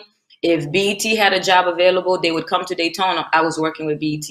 Every TV station qui Daytona travaille pour yo. Every radio station travaille pour yo. Kene pas chance m'gain m'fait anything, I did it. I started my own radio show at my school. Anything that that's missing, I would get into it and I would start it. And then it would actually turn into something, something the school needed or something great. And tout kote m'ta intern, moun tellement reme j'aime te kon travail, yo te toujours ap di, "Okay, m'gon lot opportunity, m'a blouvi pot sa pou, okay, I meet ake moun sa." So when I graduated college, m'te connaisse BET m'dapre travail pou li. They were offering not a lot of money. Quand y'a gade my move New York, you gotta pay too much. You devlo migrite ake même 6-7 mon apartment. Moko jamal in New York deja. And I was like, yeah, this is not a good thing. So mrete Florida m'vin travay for a marketing company instead of journalism. Même TV station sa Florida, you tap offer nothing. So imagine ou fin fait tout ça. Why di pa on tout ça, and then job sa ou di kon sa yam komanso $8, $10 pour travail. And I'm crazy. Like, oof, this is gonna be tough. So instead, m'pon job na marketing instead. M'bat my l'école pour marketing, but m'pon job na marketing because it was a bigger job. It was an international job. M'te gen opportunity m'travailler kon ban gros compagnie, m'travel en pile. So right out of college, I had this amazing job. I was working with celebrities and artists and models and things like that. So m'vin get experience very young. So when it was time for me to pretty much start Ligne Suite, that's kind of why some of this stuff était easy pour moi, parce que even though they commencé dans journalism, TV, radio, by ça, c'est ça m'tap fait. Quand I'm vinn rentrer dans l'autre côté, quand I'm vinn get marketing experience. So I was able to make a marketing experience and my journalism TV experience together to pretty much create my own career. I created something pour moi.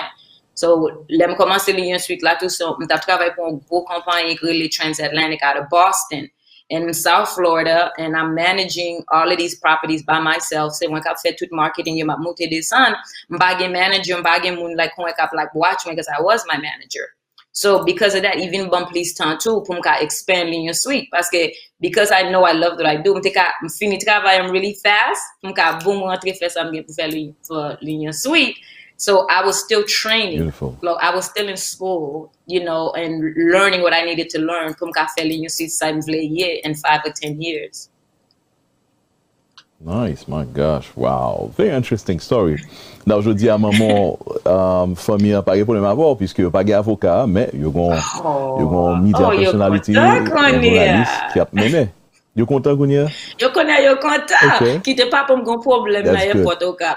You know who my daughter is? My daughter is Linya Sweet. That's I'm nice. like, daddy, yo pa kon him na airport. Like, why kon him, daddy? I see what you mean. That's nice. Okay, so you were able to convince the family that indeed this is what you wanted to do. That was your love. You fell in love with the field, and here you are now doing what you love. What a blessing, right? Yes.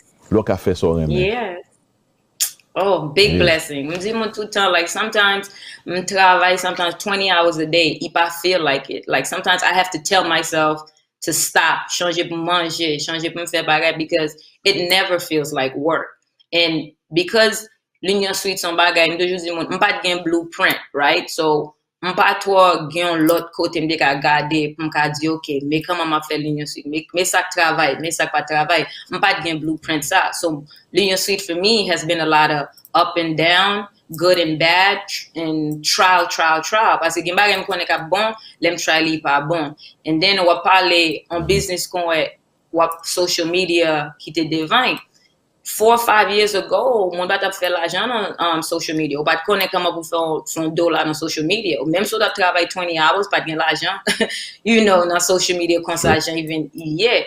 And then ma travay nan community kote pa gon bagay kon sa. So even when I'm trying, ma pou ale ma bat m jwen gros contract, or even now, le ma bat m pou an gros job sometimes, yo toujou ap mande dem like, why? Like, gen red carpet m kon rele m fè. Ma bon exemple, BET. Even now, I'm still travay ake BET, men travay ake BET pou Linya Sweet.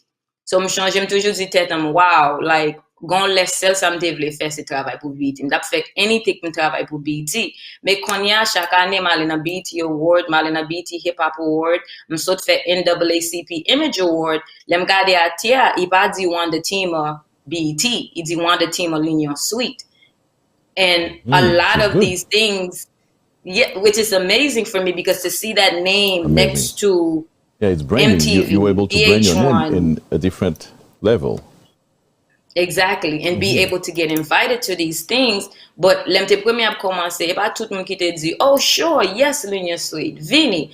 A lot of jobs I got or rooms I was able to walk into, from te proof moun sa yo pou ki sa, why? Pou ki son Haitian media do it la, pou ki sa, lo gen moun kon we like Washington Post and New York Times kap apply pou credentials pou nan event, kon we Linya Sweet.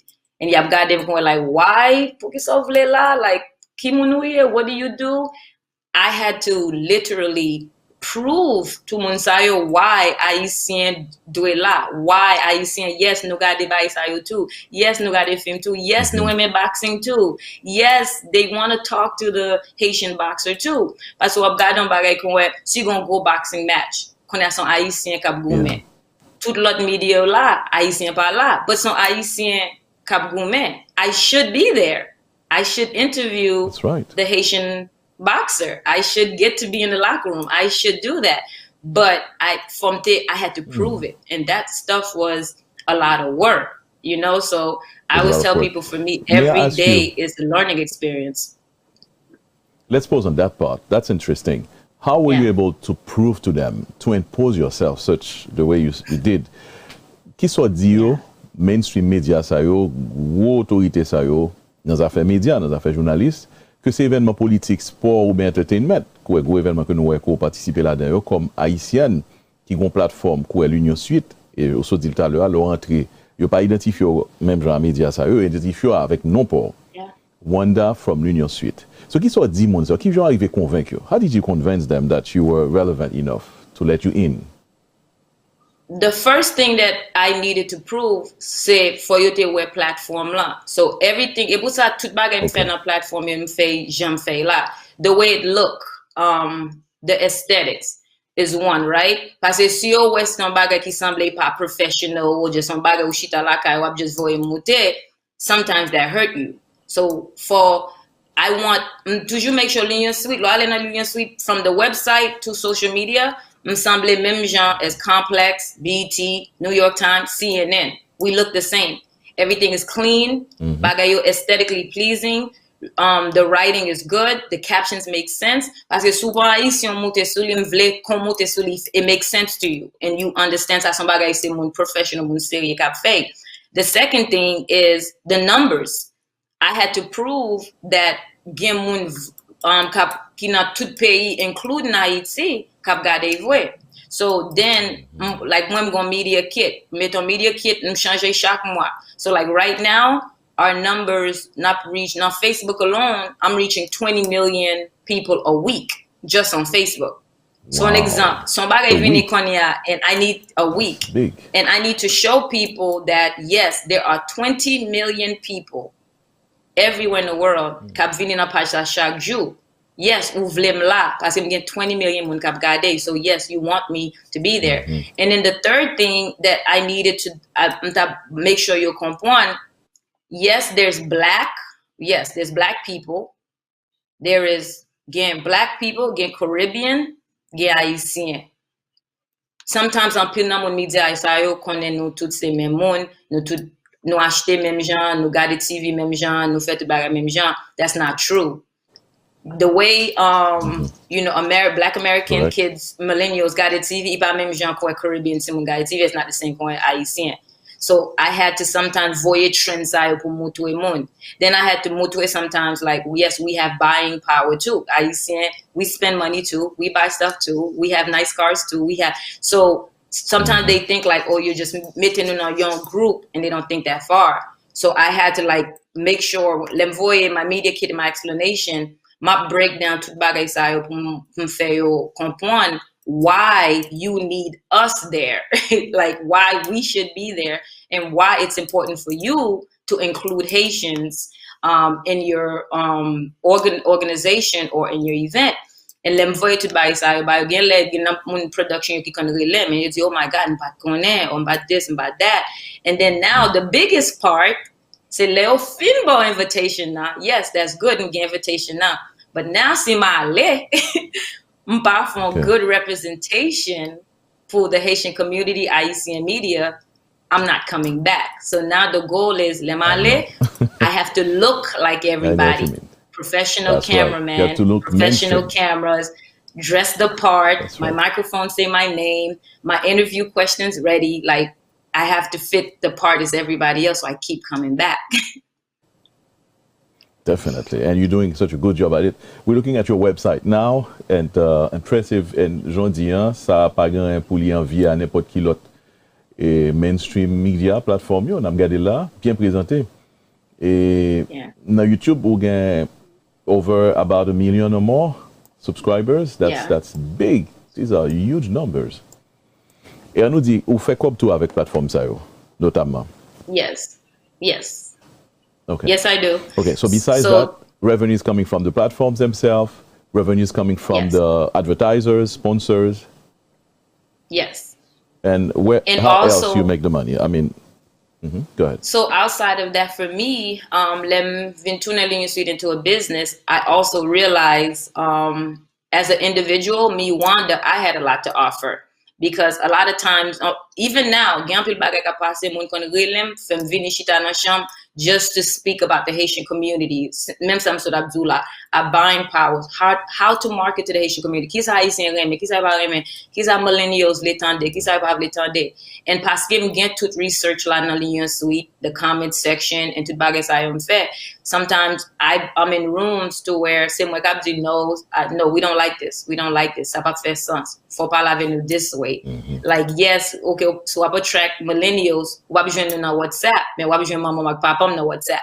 Like by simple kon sa sometimes moun pa konnen, they don't know this information, you know, about the Haitian community. So lem vin realize like I work a lot as a strategist. I started doing that. So I'm un pile marketing strategist pour un pile l'autre compagnie. I'm going to ban Haitian businesses and platforms by comme I run too. People don't know that because I don't put my name on everything.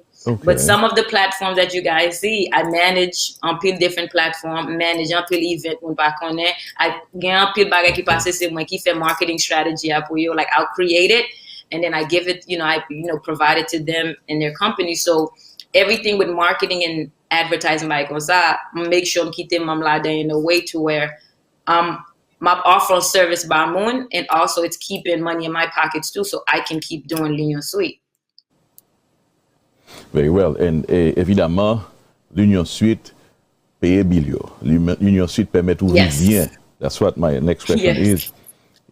You're making, I mean, you're rolling with L'Union Suite. A pile cob? Yes. How much money? No, listen, no. It was, no, it wasn't always like that, right? Because of course. I didn't even know how to make it a business, right? How can I make business? Okay. How can I turn on platform into advertising dollars or things like that? And then a lot of times we just sell advertising, sell sponsor, but that's not true. You know, a lot of different avenues where you can make money. So L'Union Suite itself, I'm commencé 2011. L'Union Suite has only been L'Union Media Group, sorry. Parce que quand on mettons bon l'autre compagnie by one umbrella, L'Union Media Group.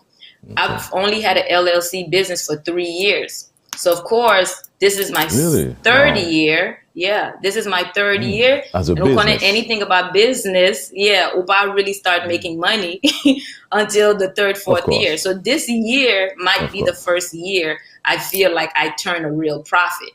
So before, it was literally like working. Je travaille just me quitter L'Union Suite monter. $1 rentré, $1 sorti. And that's beautiful. Listen, you deserve it. Et pour travail du pour lui, franchement, moi-même personnellement, nous-mêmes dans Téléimage, nous battons bravo pour ça. Nous contents en pile pour ça. Je suis sûr que tout le monde qui a regardé l'interview ça, ils sont contents tout. Et il y a des pushing, il y a big up parce que nous contents, ouais, on haïtienne et sœurs nous, famille nous, mon même pays nous qui a fait bel travail ça. Parce que là, et c'est ça que je évidemment, sur l'autre plateforme, c'est mainstream, c'est pas même la communauté haïtienne, d'un côté, on font pendant des années, traîner, ou pas fait quoi vraiment, ou décourager. Là, sur l'autre niveau, côté que, quoi va fait normalement, et c'est ça que nous avons besoin. Nous comptons pour ça. Now, où nous compte que vous avez pile pouvoir là, parce que you're so powerful que vous avez tout number, ça, 20 millions de monde par jour sur plateforme. Et 10 millions de monde, si nous prenons toute plateforme combinée, ou gen 10 millions de monde à travers le monde qui branché Cap Gado. Alors, avant de poser une question, est-ce qu'on dit nous qui target, enfin, pas target audience, ou plutôt qui, monde Cap Gado, c'est des millenniums, ça mène jeunes même gens avec vous, ou bien c'est monde toute qualité l'âge? Ou avez une idée de démographique monde qui est censé brancher sur vous? Oui, ça, c'est un bagage qui est important en pile. So, even now, chaque mois, at the end of the month, Mshita, mgade demographic, mgade target, mgade ki pay, kap gade police, because in order for business, operate business, as somebody from Kone, it's like the demographic and the target, somebody ki pi go important, lo ap fe bagay, lo ap fe kene pot bagay na digital media. Parce que sou bagay information sa yo, gan pil question, moun ap mando bi bagay ap fe ou pa kone so ap fe. And we use it sometimes too pour nous connecter qui ça pour nous mettre dans chaque plateforme. So chaque plateforme different.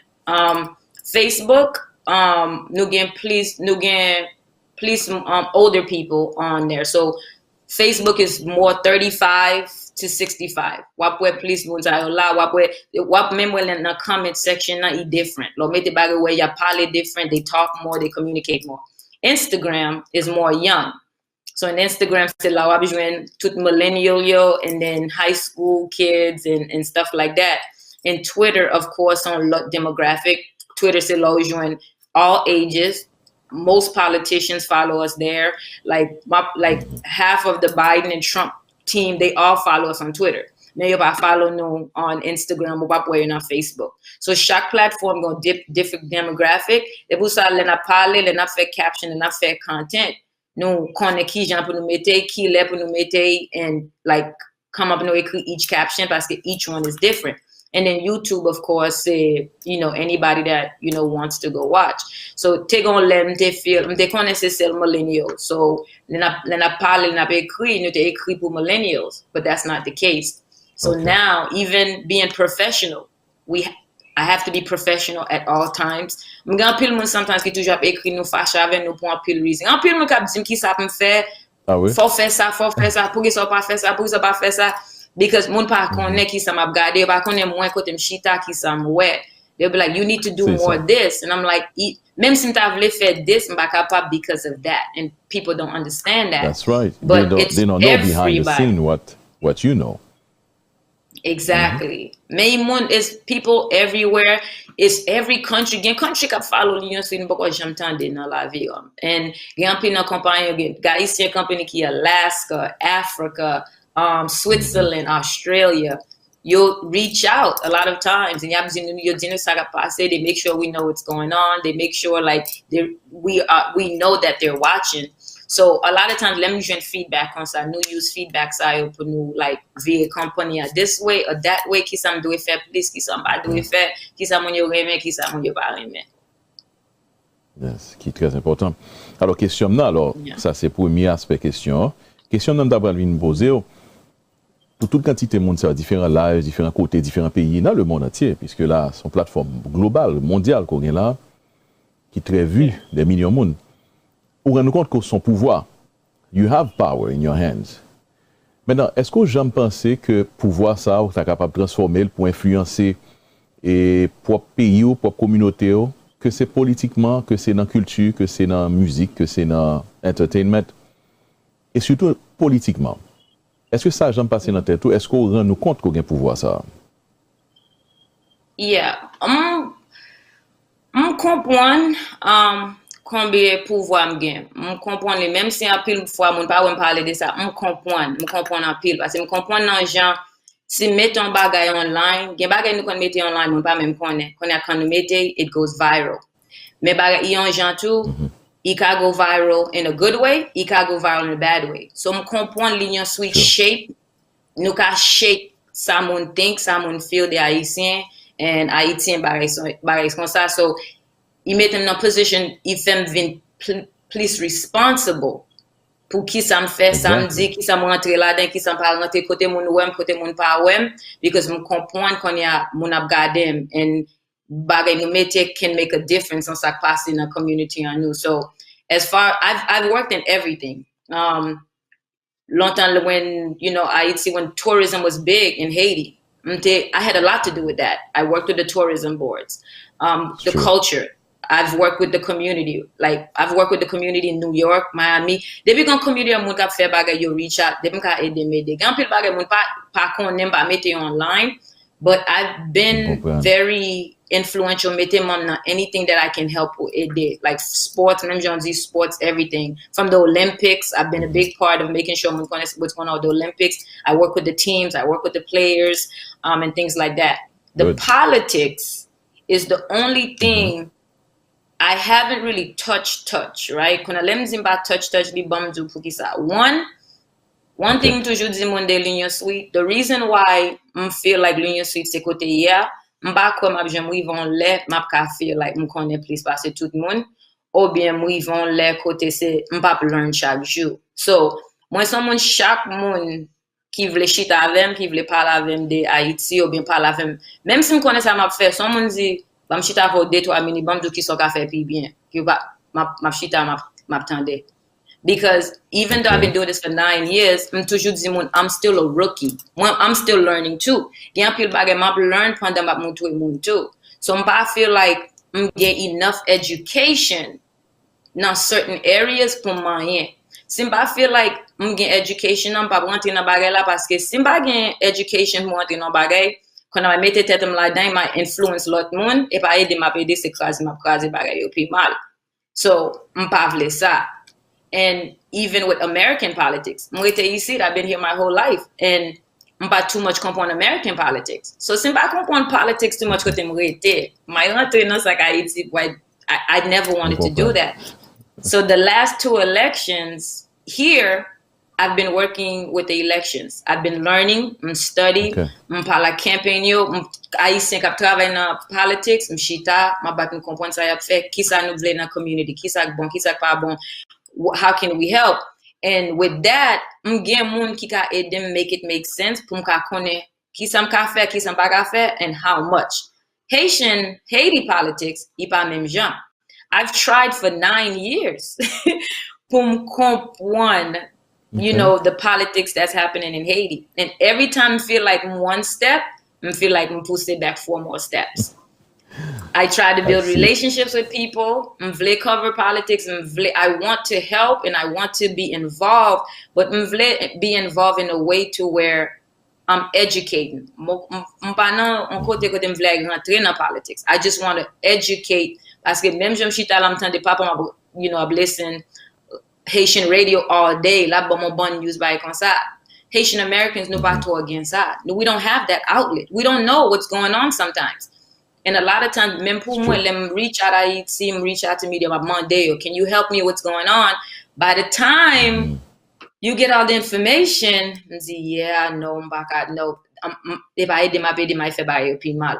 So, si là, j'aime arriver en Jean côté, I can have Haitian American reporters be in Haiti or in and outside of Haiti, someone that's willing to help us tell the news in the way to where it makes sense to us.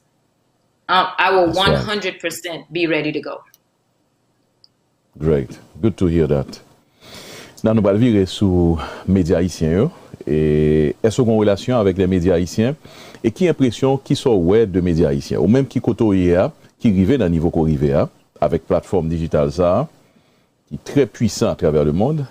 Il y a une plus gros plateforme haïtien américain et qui parlait de bas haïtien de toute façon dans le monde. Ou conscient que il y a un pile l'autre monde qui a fait photo même gens avec vous sur même plateforme digitale ça yo ou connaît tout que il y a plusieurs gros médias haïtiens dans le pays et à l'extérieur du pays qui a évolué. Est-ce que vous avez une relation avec eux et puis qui j'en ouais your perspective ou bien soulever perception de médias haïtiens. Yeah. For me, do I have a relationship with them? Yes, some of them, not everybody. So for example, I'm going relationship avec Karel, I'm getting relationship avec Kiwewe. Ticket magazine, of course. I'm like a ticket all the time. Get back a ticket fair. Sometimes I can reach out and see you reach out too. Those are the three that I think I'm going relationship with. But aside from and now, Monty, now I'm starting to follow Juno more. I love Juno. I really, really love Juno. So I read Juno like chaque jour. Because Juno keeps me, ibam plus information that I need outside of the Karels and stuff that's more in entertainment, because Juno is more news and politics and everyday news. IT.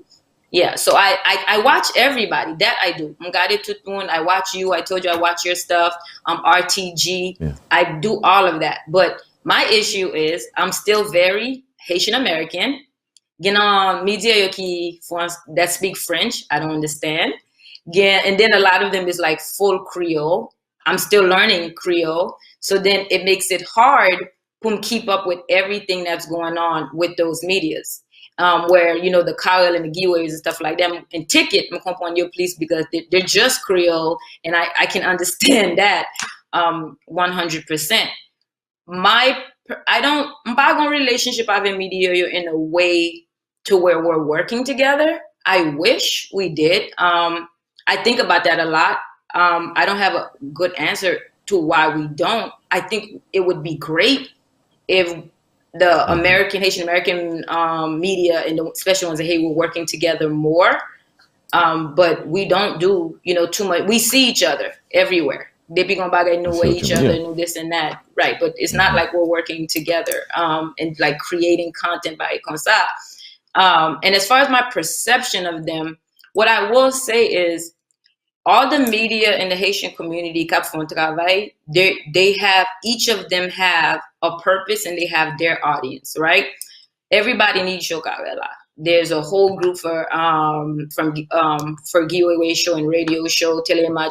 There's a purpose for all of us in different spaces. Pour moun ki connect, Jean nous parler, Jean nous connect, Jean nous share information.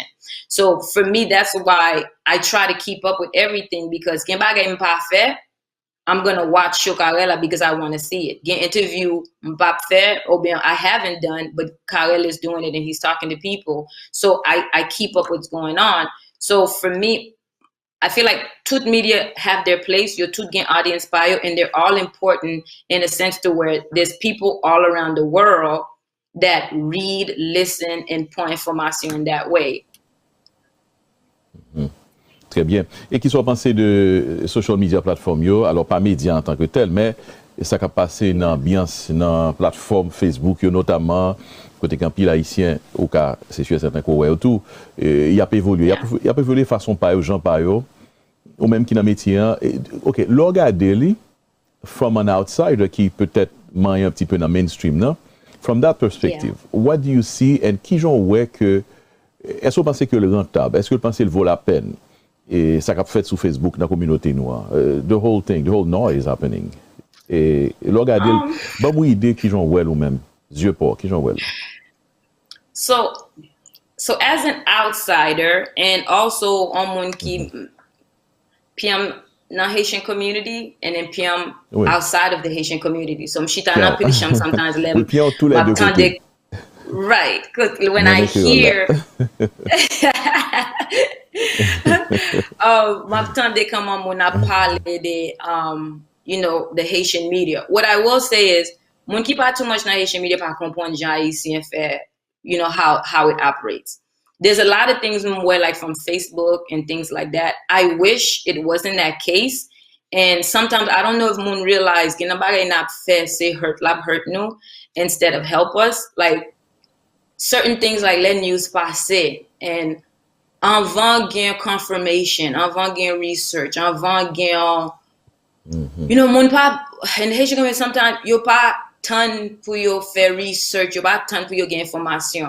On va y passer des jours, on point dans téléphone, il just like tout partout, tout le monde commence à parler de ça. So, login l'autre media qui chita, qui fait research, qui fait bail comme ça, qui a vraiment tell the story, ça qui passe vrai.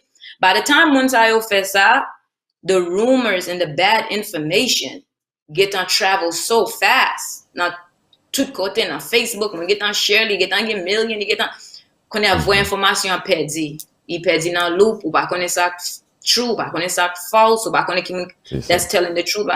It becomes something that it's so noisy, ou pas même qu'à pay attention anymore, ou pas connaître ça real, ou pas connaître ça fake. Moi, quand je suis dans un WhatsApp group, mon voix information, you just see everything. But if I voyais un gens pour OK, quand si je suis là, je veux écrire une story de ça, mon voyais là. Si me dit yo, côté bail ça t'est fait, qui voyait. And for me, I work like mainstream media. So souvent en vidéo bam, on pas qu'à poster sin pas connait côté sorti. On pas qu'à poster sin pas qu'à ba mon credit pour lui parce que here exact, there's copyright infringement. But I just point faire à mon just poster point passer moi quitter family, but there's all of these laws that I have to follow here. Si gen jouer, si gen cursing, si gen by ça back I poster, I want to follow FCC rules.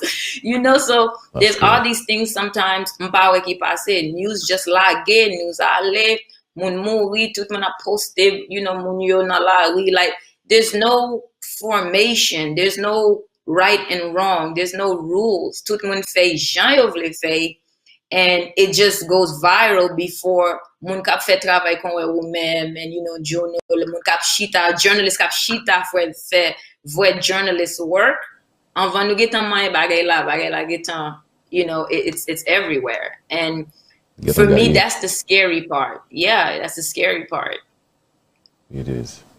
Dans l'Union Suite, on va que personnellement remarqué, c'est aspect positif qu'on projeté de Haïti. Bel aspect ça, bel Haïti.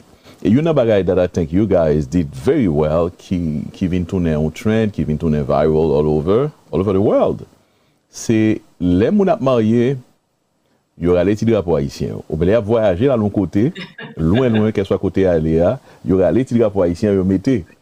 Ça sont belles bagailles. Nous remarquons que Haïtiens qu'on y a là à travers le monde, qu'est-ce que ça fait ou on Haitian flag somewhere, weddings at the beach, anywhere they are around the world.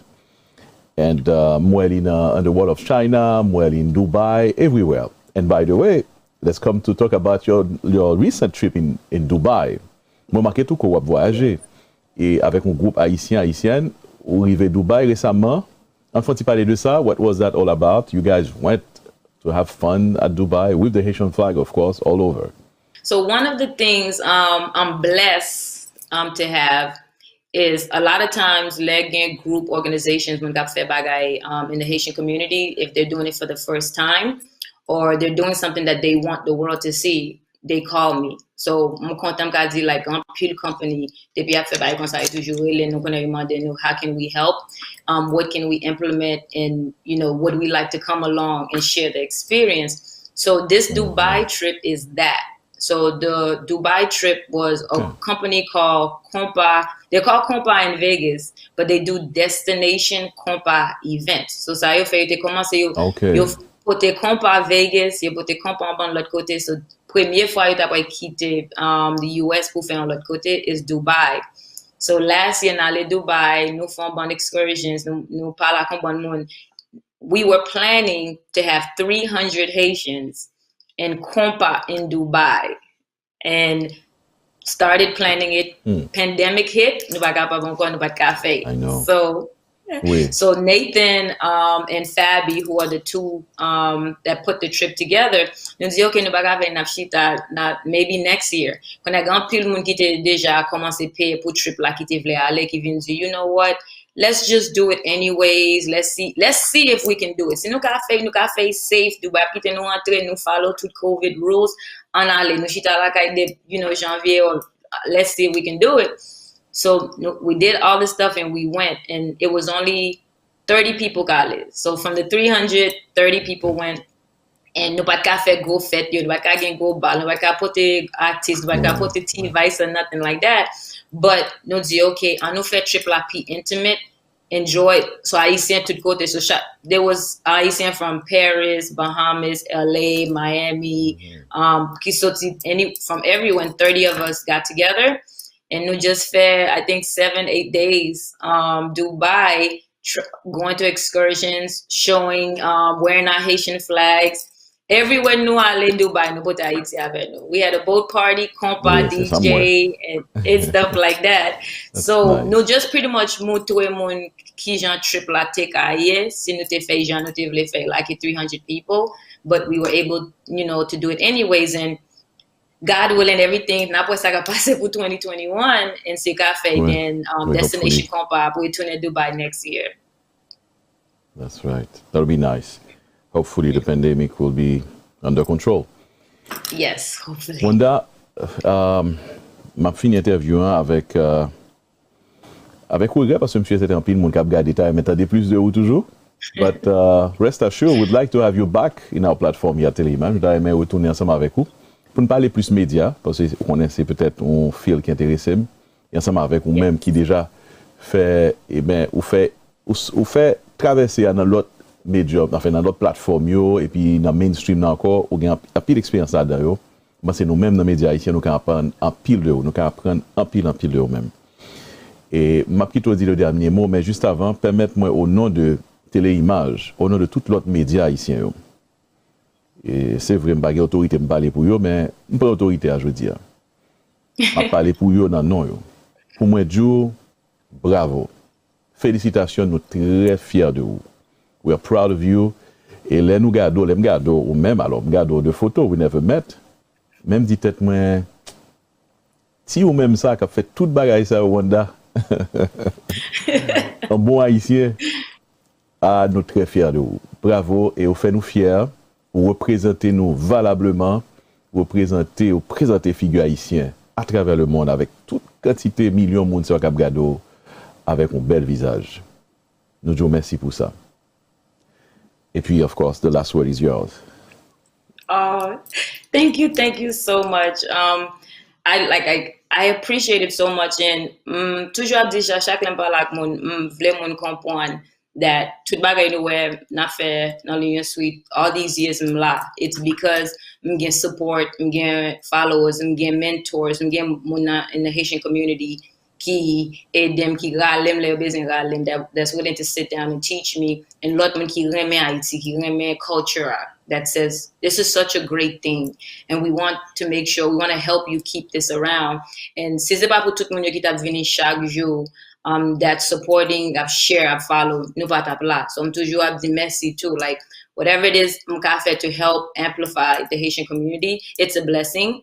And I always say m'di bon Dieu merci parce que c'est pas là m'te commencé. So the fact that I'm here, like I m'connais son go responsibility here, and I make sure tout bagay m'fait chaque lem lever, c'est I'm representing you guys, the community, to the best of my ability. And I thank you because I'm still learning. Moi, son student mieux toujours. I'm still learning. So for everybody that continue to support us, qui l'ouvre porte pour nous, merci too, because if it wasn't for you guys, we wouldn't be here. So I appreciate you so much for having me here today. I've always wanted to be on your show, so I'm excited. So thank you.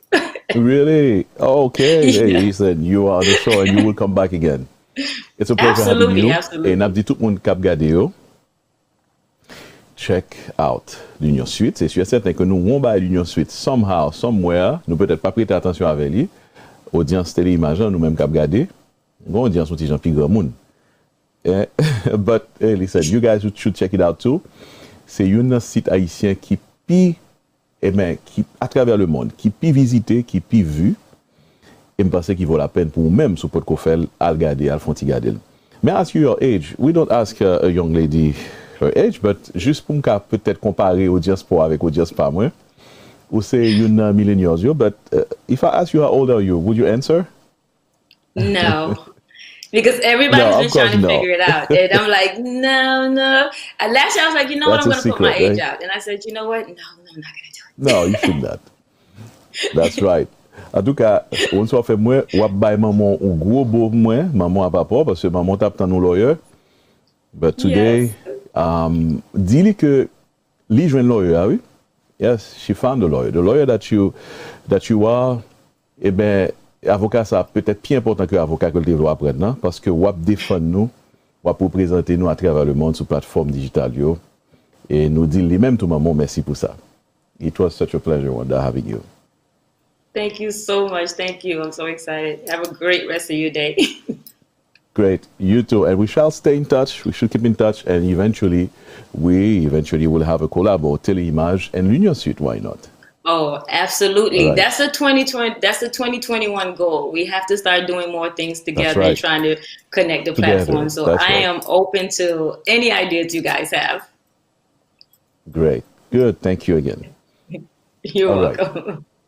What's up, L'Union Suite family? We are live on the red green carpet.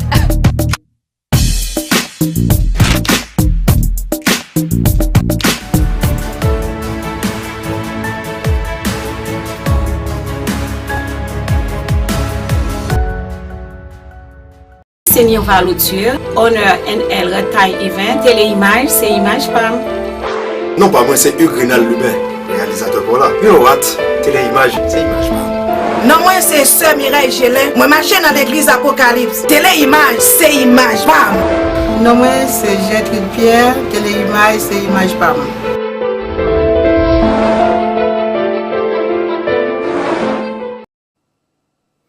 Monsieur est certain que TeleImage, c'est image pour tout, ou même cap gardé. Oui, c'est image ou, c'est image PAM, c'est image nous toutes. TeleImage, c'est image pas l'Union Suite tout. C'est image pas Wanda Tima Years. Wanda, thank you very much. Lovely lady, very talented, et puis qui pour mettre en pile. Nous pensons que nous-mêmes, dans les médias, nous pensons que là, c'est un appel à médias haïtiens, aux médias traditionnels haïtiens, en nous, qui sont capables de mettre tête ensemble. Même gens ça a fait avec Wanda, il a fait avec l'autre média et tout, l'autre média qui peut-être gagne plateforme par eux, gagne public par eux, tout le monde gagne public par nous, nous gagne façon par nous que nous fait média, c'est sûr, mais nous t'arrêtons un jour peut-être ce serait possible pour nous mettre bon, tout dit différent, pas quoi nous gagne différent vraiment, non même pas qu'on s'allier, nous pas qu'à entendre nous, même dans les médias ici, we can do it. Hopefully we will one day. On d'autres monde ni même tout qui dans les médias haïtiens, qui d'ailleurs c'est un pionnier. Si n'a pas de médias dans la cour New York, si moi-même Valerio me permettre moi camper devant caméra ça pour me faire télévision dans la cour New York, me bien dit oui, télévision. C'est pas live stream sur Facebook m'a fait mais son émission télévision. Eh ben moi m'a salué et moi dois révérence à monsieur ça qui relait et Gary Altidor parce que c'est un premier monde qui lui met caméra dans studio télévision dans la cour Manhattan pour faire une émission télévision haïtien aux États-Unis et ceci ça remonte depuis des années. Réaction avec Gary Altidor, il y a plusieurs réactions qui ont monté sur page là, page YouTube et page Facebook là. Gary, on réagit rapidement sur l'interview Wanda. Wanda t'es passé dans l'école là parce que le maman était déjà target petit lui pour faire métier avocat. il était un choix parce qu'il était dans un pays étranger, il n'est pas de bonnet. Et l'arrivée dans le domaine de l'arrivée, ouais, c'est un monde qui est à l'école, qui apprend ça le faire. Et c'est ça l'apprenant, l'a déposé, c'est ça l'apprenant que nous, ouais. Je préfère le compliment encore. Et peut-être Wanda sont haïtiennes, ou soit Wanda sont petit monde qui était fait en l'autre pays, ou était. T'as que j'aime de tout le temps, mon abdi. Des jeunes flâneurs qui ont dit, et c'est mon dehors, ou soit c'est mon habitant, et je ne pas remettre d'elle. Il y a un bagage que je ne dis pas. Parce que moi-même, je suis Gonaïve. Gonaïve, c'est la cité de l'indépendance, quoi. Ça veut dire que je ne vais pas dire au monde que je suis Gonaïve, et je viens vivre Port-au-Prince, parce que je vais arrêter Gonaïve, et puis je vais faire télévision. Ça veut dire que c'est, nous fait un compliment encore Valerio, nous kembe. Nous avons souhaité le Québec, protéger tête li, très important, et nous allons passer dans toutes les gros rasoirs, parce que monsieur Wycliffe, etc., c'est un gros team yolte, mais nous aujourd'hui à la parler sont haïtiens qui parlent. Ils parlent tant comme nous cap langage capois. Oui. Et puis c'est ça pour ça, moi je pas petit créole Wanda c'est ça net. Very exotique. Oui. Oui, moi mon faiblesse pour créole ça pour mon cap. Oui, mesdames au cap yo, femmes au cap yo. Et bah ça. Mon cher, c'est drôle et pour me dire ça, monsieur je nous parlais de ça et me rappeler de nous parler de ça. Époque de télévision nationale, nous avons mis un feuilleton avec deux langages ça langage capois et puis langage monocaille là. Un P fait tel bagaille, moins P fait tel bagaille avec nous avons mis un saut après. Bon. Et vous connaissez bon pays qui voulait Kembo de pour penser son bagage pour faire le bien, ou soit pour faire, ou un dérangement pour faire, c'est soit jeter ou driver. Bon, je ne voulais driver, c'est ça que fait me déjeter. So, nous, bon, ici, nous travaillons, mais pas jamais trop tard pour bien faire, parce que nous vivons toujours, nous protéger tête nous. N'importe jour, nous avons dérapé sur téléimage, et puis ça nous fait comme travail là, et pour obtenir pile mon cap là-dedans avec langage cap ça que nous tout terrain. Mais compliments Wanda. Belle bagaille. Bravo. Congratulations again to you Wanda. Un point de toi réaction rapidement mais Gary. Nous t'annonçons une surprise à soir. La surprise ce sera un appel téléphonique. Nous allons faire un appel téléphone là parce que nous on monde gagne une émission avec nous pour finir l'émission pendant que tout le monde est toujours dans live là.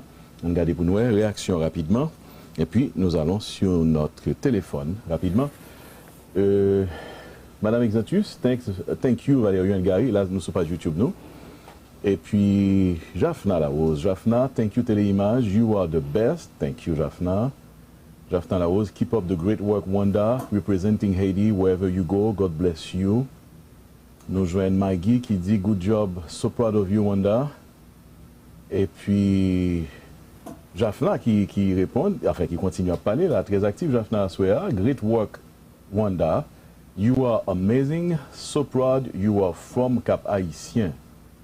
Jaffna Gele, son monde au Cap. Jaffna est capoise, il semble. Right? Messieurs, dames au Cap, vous êtes à l'honneur ce soir. Ouais, ça, hein? Wanda is putting you on the map. Ok, oui, relais image, c'est image par nous. Mélina Franklin, c'est image pour tout, Mélina. Now we're on Facebook. Marcus Darbouz, un confrère de la presse. Marcus, bien content qu'on regarde l'interview ça. Et Marcus, oui, Wanda t'a bien passé. Enfin, on nous dit des félicitations, des bas de bravo, des coups de bravo. I mean, everybody's proud of you, Wanda. They clapping for you and they saying congratulations to you. Alix Desnoyers, et bonsoir. Félicitations à Wanda. You are great, Wanda. Et puis, I want to acknowledge you, Pierrette. Pierrette Huan. I don't know if I'm saying your last name right. But I'll do it on the inbox or maybe under the live later on. Mimi Melfort, bravo, congratulations at Wanda. Everybody is clapping and reacting to this interview we had with Wanda. Let's proceed parce que le arrive là pour nous finir, Gary. We have to move on. Oui, ne pas prêter trop, mais surprise là, Valerio, c'est pour bailler téléspectateurs téléimage. Yes, let's go with the phone call that I'm going to place here. Here we go. Anale, téléphone a sonné. Let's see if we get someone on the line. Okay. Ça sonne. Allô? Allô, bonsoir. C'est Téléimage, oui, qu'après là, madame. Bonsoir Téléimage, ça va? Bonsoir, madame. La surprise, c'est d'avoir, en terminant cette émission, Barbara, c'est lui. Barbara. Bonsoir, Barbara. I'm in the studios. Depuis nos studios, Gary Attidor dans ses studios à Queens, moi dans mes studios à Long Island, et Barbara chez elle, dans sa maison, bien au chaud, sous ses draps, attendant son mari revenir chez lui. Barbara est avec nous au téléphone. Barbara, you live on Téléimage. We wanted to hear your voice. How are you doing? Well, I have been watching Téléimage. Téléimage, c'est Image Pam tout. Ah bon? Heureusement, nous connaissons ça. Definitely. I'm doing well, Valerio. Great day, as usual, great show, you know, and I think that we have more and more people tuning in on Sundays, which is very good, because you're always coming out with the great, you know, some great guests. And today was a really nice show about Eric Adams running for mayor, and then having, you know, the young lady that you just had from University. So that was really nice. Yes, her name is Wanda. Very informative, you know, shows that Téléimage is bringing on every weekend. So That's great to know. Now, let's end. We're going to end this with you, Barbara. Ça fait mettre ton téléphone dans tout, c'est pour rassurer les téléspectateurs qui sont encore avec nous. Je ne dis pas les téléspectateurs, plutôt les internautes qui sont encore avec nous. Il faut les rassurer que, justement, Barbara a continué tisser là, parce que quand tissel qu'on commence là, qui marche assez bien, Barbara. The $20 off. Un tissel $20, Mbara il même, non? Oui. Okay. Well, definitely, but it is ending. It is ending the weekend coming, so that people may know. Okay. Valerio, it's been going on. I've extended it. Actually, it was supposed to end the beginning of the month, but I had extended it because my loyal customers that stood by me throughout the whole time of the pandemic, you know, I decided to do something nice, and I said, you know what, I'm going to do $20 off. I think it's time for people to start buying their Christmas gifts. I start making the beautiful baskets as well, okay? So I think, you know, for people that want me to make a specific basket, we do customized baskets. But yes, the $20 off every bottle of perfume, men and women. So pour filles et pour garçons, $20 de rabais sur les bouteilles de parfum. So ça veut dire que ça va se terminer très bientôt. Et week-end prochain là, pour Black Friday. Alors, faut considérer que Black Friday, c'est pas seulement pour gros store et tout. Faut songer store et payo. C'est-à-dire, Black, I said it's a Black Haitian Women Business Friday store. Okay? Ça veut dire, Baba, il faut venir en ligne pour déraper à minuit. Ok, c'est ça qui fait que peut-être.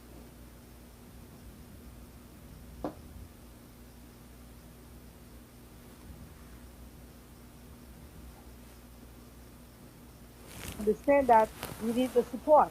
It's your way also of supporting Téléimage. Because qui dit Barbara dit Valerio. La parfumerie de Barbara is for Valerio and Barbara. So if they love Téléimage, they love the programming, they love everything that we've been doing for them throughout the years, Valerio. It's not just now, it's throughout the years. So what we're asking the community to do in return is to support.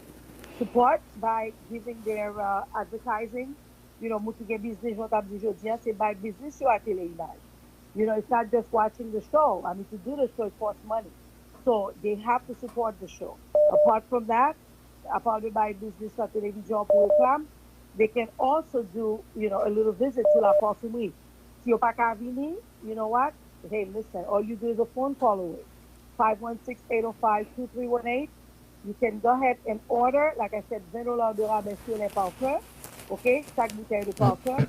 Start doing your Christmas shopping. We accept Visa, MasterCard, Discover, you know, Zelle, Cash App, everything you can think of. You know, you just popular food stamps. I'm just kidding. But we accept, you know, we accept everything. Mode of payment, okay? It goes very, very fast. We ship all over the United States, okay? So, qui veut dire que, you know, it's easy to do. Like I said again, guys, we're counting on your support. Christmas is right around the corner. I start making the basket. You start calling Because to everybody order be your trying to baskets, figure it out. okay? I'm like, And no, yes, it no. is And then ending she at was the like, end you of know the what, you month should do my in November. So take advantage of it. $20 off every bottle of perfume. And don't forget also Valerio Creed, the Creed perfumes, the luxurious Creed perfumes also, people will get $20 off the bottle. And I gotta tell you, I'm in the perfume business. A lot of times you don't find, you know, Creed perfumes having $20 or whatever off of them. Because these are just, you know what I mean? High-end perfumes. They just luxurious scents. So you don't get that. So for people that probably never had a bottle of Creed, I always say to people, you've tried them all. Now you have to try the best. And I definitely would encourage everybody that's listening to me right now, watching TELE Image, to, yeah, why not? Do yourself, buy yourself something nice. Try a Creed. Why not? Women and men. All right? So it's $20 off every bottle, Valerio. Totally agree. And the Creed also, mon Creed dans son parfum qui est extrêmement cher, c'est d'ailleurs un très bon parfum que je porte d'ailleurs, j'aime bien mes Creed. Yes. So Creed là tout, c'est $20 off, Baba. Ah, ça semble Yes, oui, that's pour why hein. I said a lot of times you don't get that. That doesn't get extended, to luxurious scents. But I've done that, and I said, you know what? Why not do it across the board?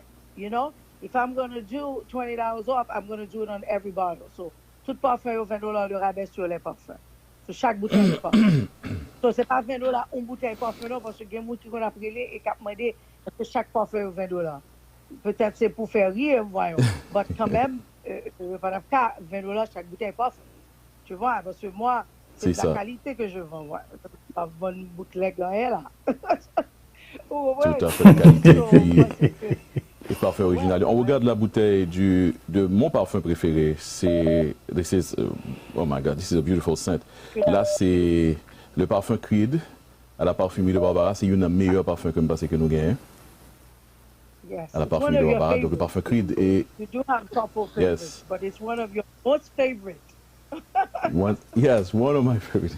That's true. And Gary needs to get his Creed too. Gary, when are you getting your Creed? You did buy a Creed, maybe not the Adventus, but Gary did buy one. But I'm hoping to introduce Gary to the Creed Adventus also during the holidays. That's right. I mean, this is the kind of scents I have to tell people. The Creed scents, they kind of pricey, I always say, but they worth every penny. Not only, the scent is to die for. My God, it's very seductive. I mean, you cannot smell a man that wears a scent and doesn't want to somehow give him a little hug and embrace him, because it's just that kind of scent. And for women, it is so sensual when they wear a Creed that men automatically get seduced also just looking at the women. They're like, oh my God, this woman is, That's right. There's a little sugar in you right here, just smelling it, It's just that kind of a scent. I have to say it. That's what the Creed does. That's right. So, people need to try it. I mean, it's not about, we know life is short right now. So it's not about how much money you're spending for yourself, because you got to think of it. Tomorrow is not promised, okay? So what we should do is really pamper ourselves, gâter loved ones. This Christmas is very special, Valerio. We all lost a lot of, dear people to us, okay? Either friends, family members, okay, mama, papa, sir. It's been really, it's a rough year, okay? So if we able to see Christmas time to celebrate with family, friends, boyfriend, husband, wife, I think we should make an effort this year and give people gifts. At least if you cannot see them, and you send them a basket, you send them, their favorite perfumes. Perfumes are the best gifts to give. Okay, everybody loves to smell good. Everybody feels so much better just spraying, a little perfume on you. After you get dressed. Oh my God, it changes your mood. I don't know for everybody, but it does for me. I get up and I'm like, oh wow, I feel good after I put on my perfume. And I think yes, and you always wear your perfumes. You know, definitely. So I think everybody, I would recommend for them to give a nice bottle for this, for the holidays as gift, and also, either a basket or just a perfume. But definitely, you should That's pamper right. each other this holiday, because we are thankful to be alive, and we are very appreciative of each other and the love and the support, everything we've gotten throughout the year. So yes, so La That's Parfumerie correct. also is saying, I'm taking the time before I go to say happy Thanksgiving already to everybody, because it's coming on us. It's this week coming. So happy Thanksgiving to all the viewers of Teleimage, to our supporters, and to my loyal customers at La Parfumerie de Barbara. Because of them, I still exist. Because of them, we exist, Valerio. So we want them to know that Definitely. we We're appreciate grateful them, for that. and this is, yes, and this is why we're giving the $20 off the bottle. Also, is to say thank you. So yes, please do support Beautiful. us. We count on your support. Definitely, Baba. You are saying thanks to your loyal customers. I think you have one of your customers online on our YouTube page. C'est Madame Jaffna Larose That. qui salue justement Oh yes. Jaffna. And also she's saying, I agree, guys, Jaffna, support I the call show you by Jaffna. supporting La Parfumerie and Teleimage. Yes, my dear Oh, Jaffna. she's suggesting to you guys to support La Parfumerie and Teleimage by Zelle. So you can do Zelle as well. Yes. And we love the show, That's says right. Jaffna. We have to support you guys. So that's one of your loyal customers Yes, here. definitely. She sure does, and I do appreciate her, and we became friends, her and I, and we chat a lot. So Jaffna, bisous. All right. Des baisers pour Jaffnou. All right. Bisous to you, Jaffnou. Let's go on Facebook now because we have to wrap up. We have to end here. Okay, quite a few again on live. Great. So you guys are okay. Alix Desnoyers, Teleimage, simply the best. Thank you, Alix. Okay, Valerie, how are you? Where is the link? Okay, Valerie's looking for a link. Okay, we'll figure it out. And Alix Desnoyers, good to see you, Gary. Always happy to see Gary. All right, guys. Oui, moi aussi, Alex. Yes, indeed. Gary, Okay, on va terminer. Malheureusement. So do you, Valerio. Every Sunday, you guys do great. Oh, we're trying our best here. We have to look good. And you can imagine, I mean, Gary, I don't know what Gary is wearing, mais qui pas fait Gary sous lui. Mais moi-même, l'homme vient dans le studio, je fais show, je toujours mettre cri de moi. Bah, on est, c'est. Gary, côté, il y a, I mean, he's far, but my cri is on, Gary. Nous pouvons ça là. Gary, you have to. You It smells so good. You know that you have your creed too. Oh oui, c'est ça me dit, il connaît, il connaît. Mais Baba, c'est sent bonbon, on dit, ah, oui, me senti bonbon, ouais. Oui. Oui, pas d'accord à ça. Non, pas comme senti bonbon. Non, c'est pas bonbon. Alors, je comprends. Non, pas fait un petit genre. Et l'iralo sous code l'huile, genre mon appuyé sous ses épaules, Valerio. Parfait mangeable, c'est ce qu'elle veut dire. Because the scent is captivating. You understand? So the scent is captivating. So you do feel like, you know what, you want to hug the person, you want to eat them, you want to kiss them, you want to do anything you can think of to them. So là, nous venons de dire qu'il y a un problème, Valerio, parce que si l'autre monde vient acheter parfum, ça, nous allons ralentir nous si sur tout le ça. Oh, I tell you. But definitely. I hope not. So that's great, but it's getting late, guys, so I don't know, you want to wrap up? Yes, we got to let you go to bed. Baba is going to bed pendant que moi-même avec Gary, on continue de travailler. Et c'est sûr que les internautes branchés. Merci, Barbara. So, good night, Barbara. Okay. Good night, Barbara. À mercredi. Yes, let's. Well, do you have any idea of the topic you're going to have on Wednesday? Real quick. Oh, for Wednesday. Chaque mercredi, going hot topic. Yes, hot topic. You know what, Valerio? I have a couple of them. You know, for Wednesday coming. Couple of them. So at 5 p.m. Yes, 5 p.m. Yes. That's right. After Sunday, we have to let them know about Wednesday. Wednesday, that's right. 5 p.m. Facebook page. We always have hot topics on the road with Valerio. It's always fun, you know, on the road with you, Valerio. And I think what happens is that a lot of times you have a lot of topics. So we've asked people to also come up, you know, and suggest a few topics to us. But we do have a lot. there's a couple of them, like I'm thinking of, par exemple, est-ce que l'âge matter la relation? Est-ce que it's something that matters in a relationship? The age difference, okay, la relation. When it comes to men and women, it could be the women being older or the men being older in the relationship. So does that really matter in a relationship, the age difference, okay? So that's something we've been thinking. And also, there's another one that I thought of.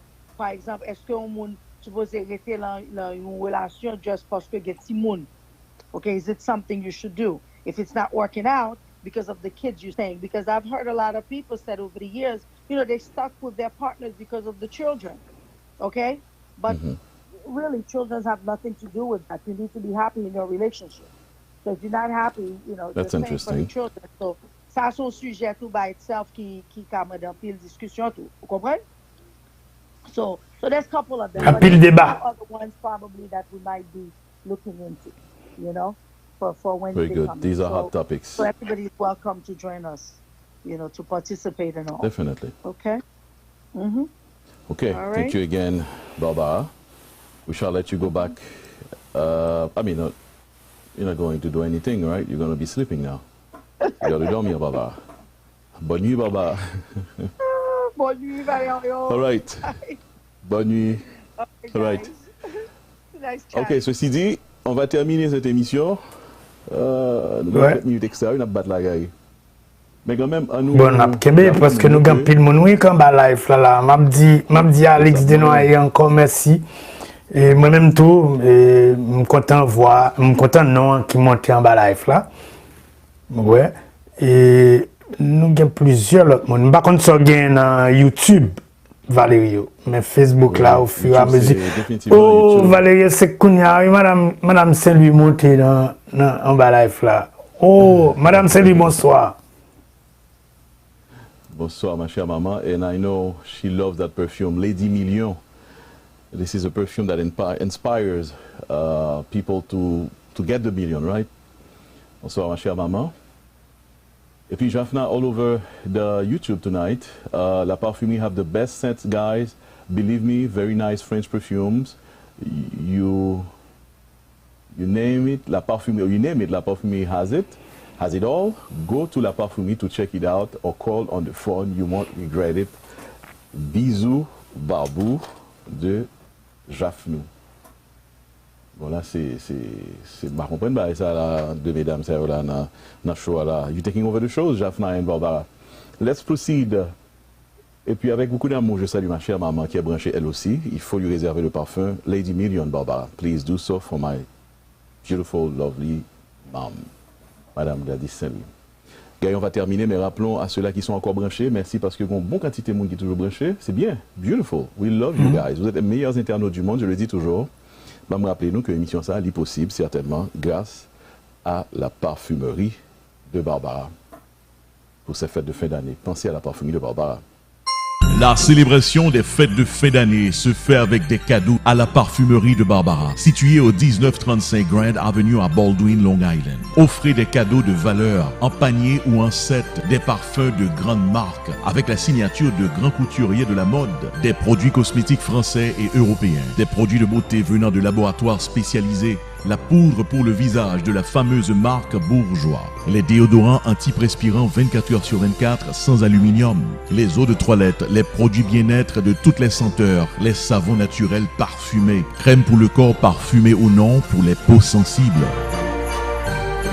Tout cela en panier cadeau rempli de bonnes choses préparées spécialement par Barbara. Alors ne perdez plus de temps, dès maintenant formez le 516 805 2318. 516 805 2318 pour placer vos commandes à la parfumerie de Barbara.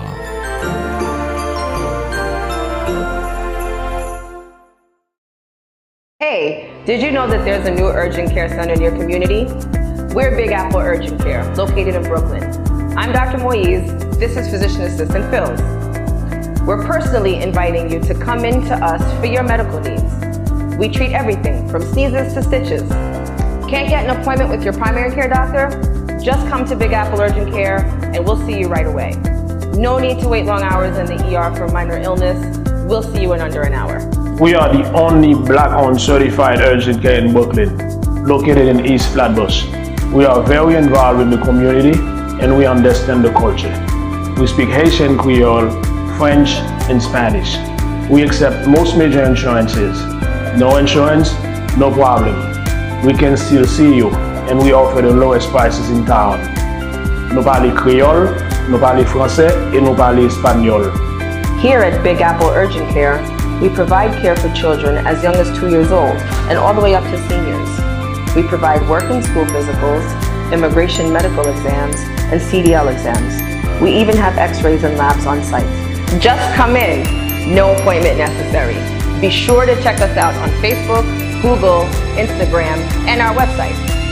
For more info, call the number below. Be heard, be helped, be healthy.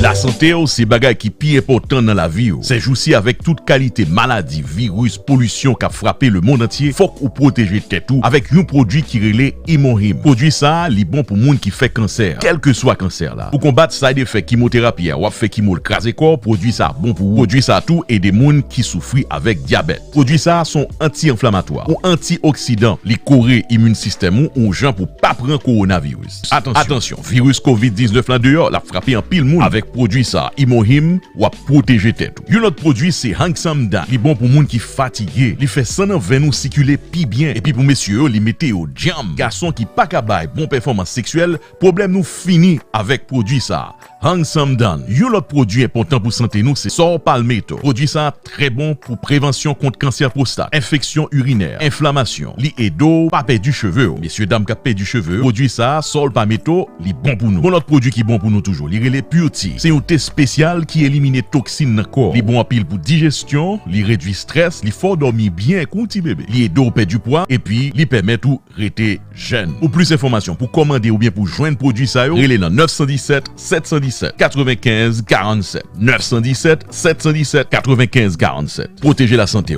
build immune system ou gens pour pas prendre maladie, pour pas prendre virus.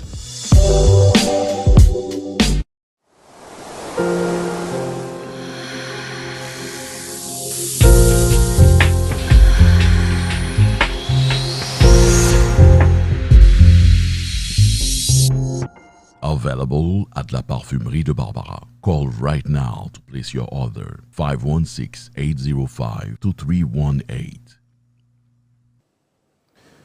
Disponible à la parfumerie de Barbara, tous les bons parfums qu'il vous faut, messieurs, dames. Eh bien, pas oublier, pour fête fin d'année ça, la parfumerie de Barbara, Barbara saute pas là avec nous. Via téléphone, lis-le pour n'aller, Gary. Je pense que c'est le moment de saluer ceux-là qui sont encore avec nous. Merci à cette quantité de gens qui sont restés fidèles, qui nous restent fidèles jusqu'à la dernière seconde de cette émission. Ça fait vraiment plaisir pour nous que nous brancher. Merci tout le monde. Je salue, permettez-moi Gary, saluer M. Jules Lecoin. M. Jules Lecoin qui nous regarde depuis Long Island, New York. Jules Lecoin depuis Long Island, New York, c'est un plaisir pour nous saluer. Lui. Un plaisir de voir Jules Lecoin et puis tous les autres qui sont branchés. Voilà. Gary, we did it again. Travail accompli. Parce que qu'on y a la semaine là, nous allons travailler pour évidemment l'émission de mercredi. On n'oublie pas avec Barbara, Hot Topics, Barbara et Valerio on the road, dans la machine là, à 3h. Puis dimanche prochain pour une autre programmation beaucoup plus intéressante. On a préparé à 9h, countdown, et puis nous continuer à faire autre. 9h précise. C'est ça. Yes. Et puis Gary, merci pour l'observation là. Parce que les très sage et salutaire pour nous rappeler tout le monde. Il faut que protéger tête, Gary, n'est-ce pas? Protéger tête jusqu'à la fin. Parce que nous ne pouvons pas côté, nous pas côté, nous arriver ensemble avec la pandémie. Il faut nous protéger tête, nous continuer à protéger tête. Nous pas de border. Tout le monde connaît, tout le monde belle net. Mettez masque, mettez casquette. Très important. Couvrez les yeux, nous. Pas quitter rien rentrer sur nous. Merci. Bonsoir. Merci, Gary. Bonsoir Gary Altidor, merci encore pour participation et collaboration dans l'émission ça. Au nom de toute l'équipe de Téléimage, ou même qui était branché jusqu'à présent, qui près de 600 monde, merci en pile parce que vous êtes fidèle et vous faites Téléimage confiance parce que Téléimage, c'est image pas, c'est image pas, c'est image ou tout. Et surtout Téléimage là pour informer, former et puis divertir. Merci tout le monde. Bonsoir Gary, bonne nuit tout le monde, bonne semaine. Bonsoir Valérie. Et n'après que l'émission ça, il était possible grâce à plusieurs sponsors. Merci et à la prochaine. This live stream was brought to you by Belle Image Graphics. For all your marketing, printing, and graphics designs, Belle Image International Group. Think big and dial 516-292-4400. On WhatsApp 516-399-0244. Belle Image Graphics, 479 Hempstead Turnpike in Elmont, New York. Also brought to you by the Real Estate Power Team, Barbara and Valerio St. Louis. Looking to sell or buy your house, your property, or home? We are your trusted real estate advisors. Barbara and Valerio, 516-805-5410. Brought to you by Rio, New York, the emerging streetwear brand. www.rionewyork.co. Rio, New York. Also brought to you by La Parfumerie de Barbara.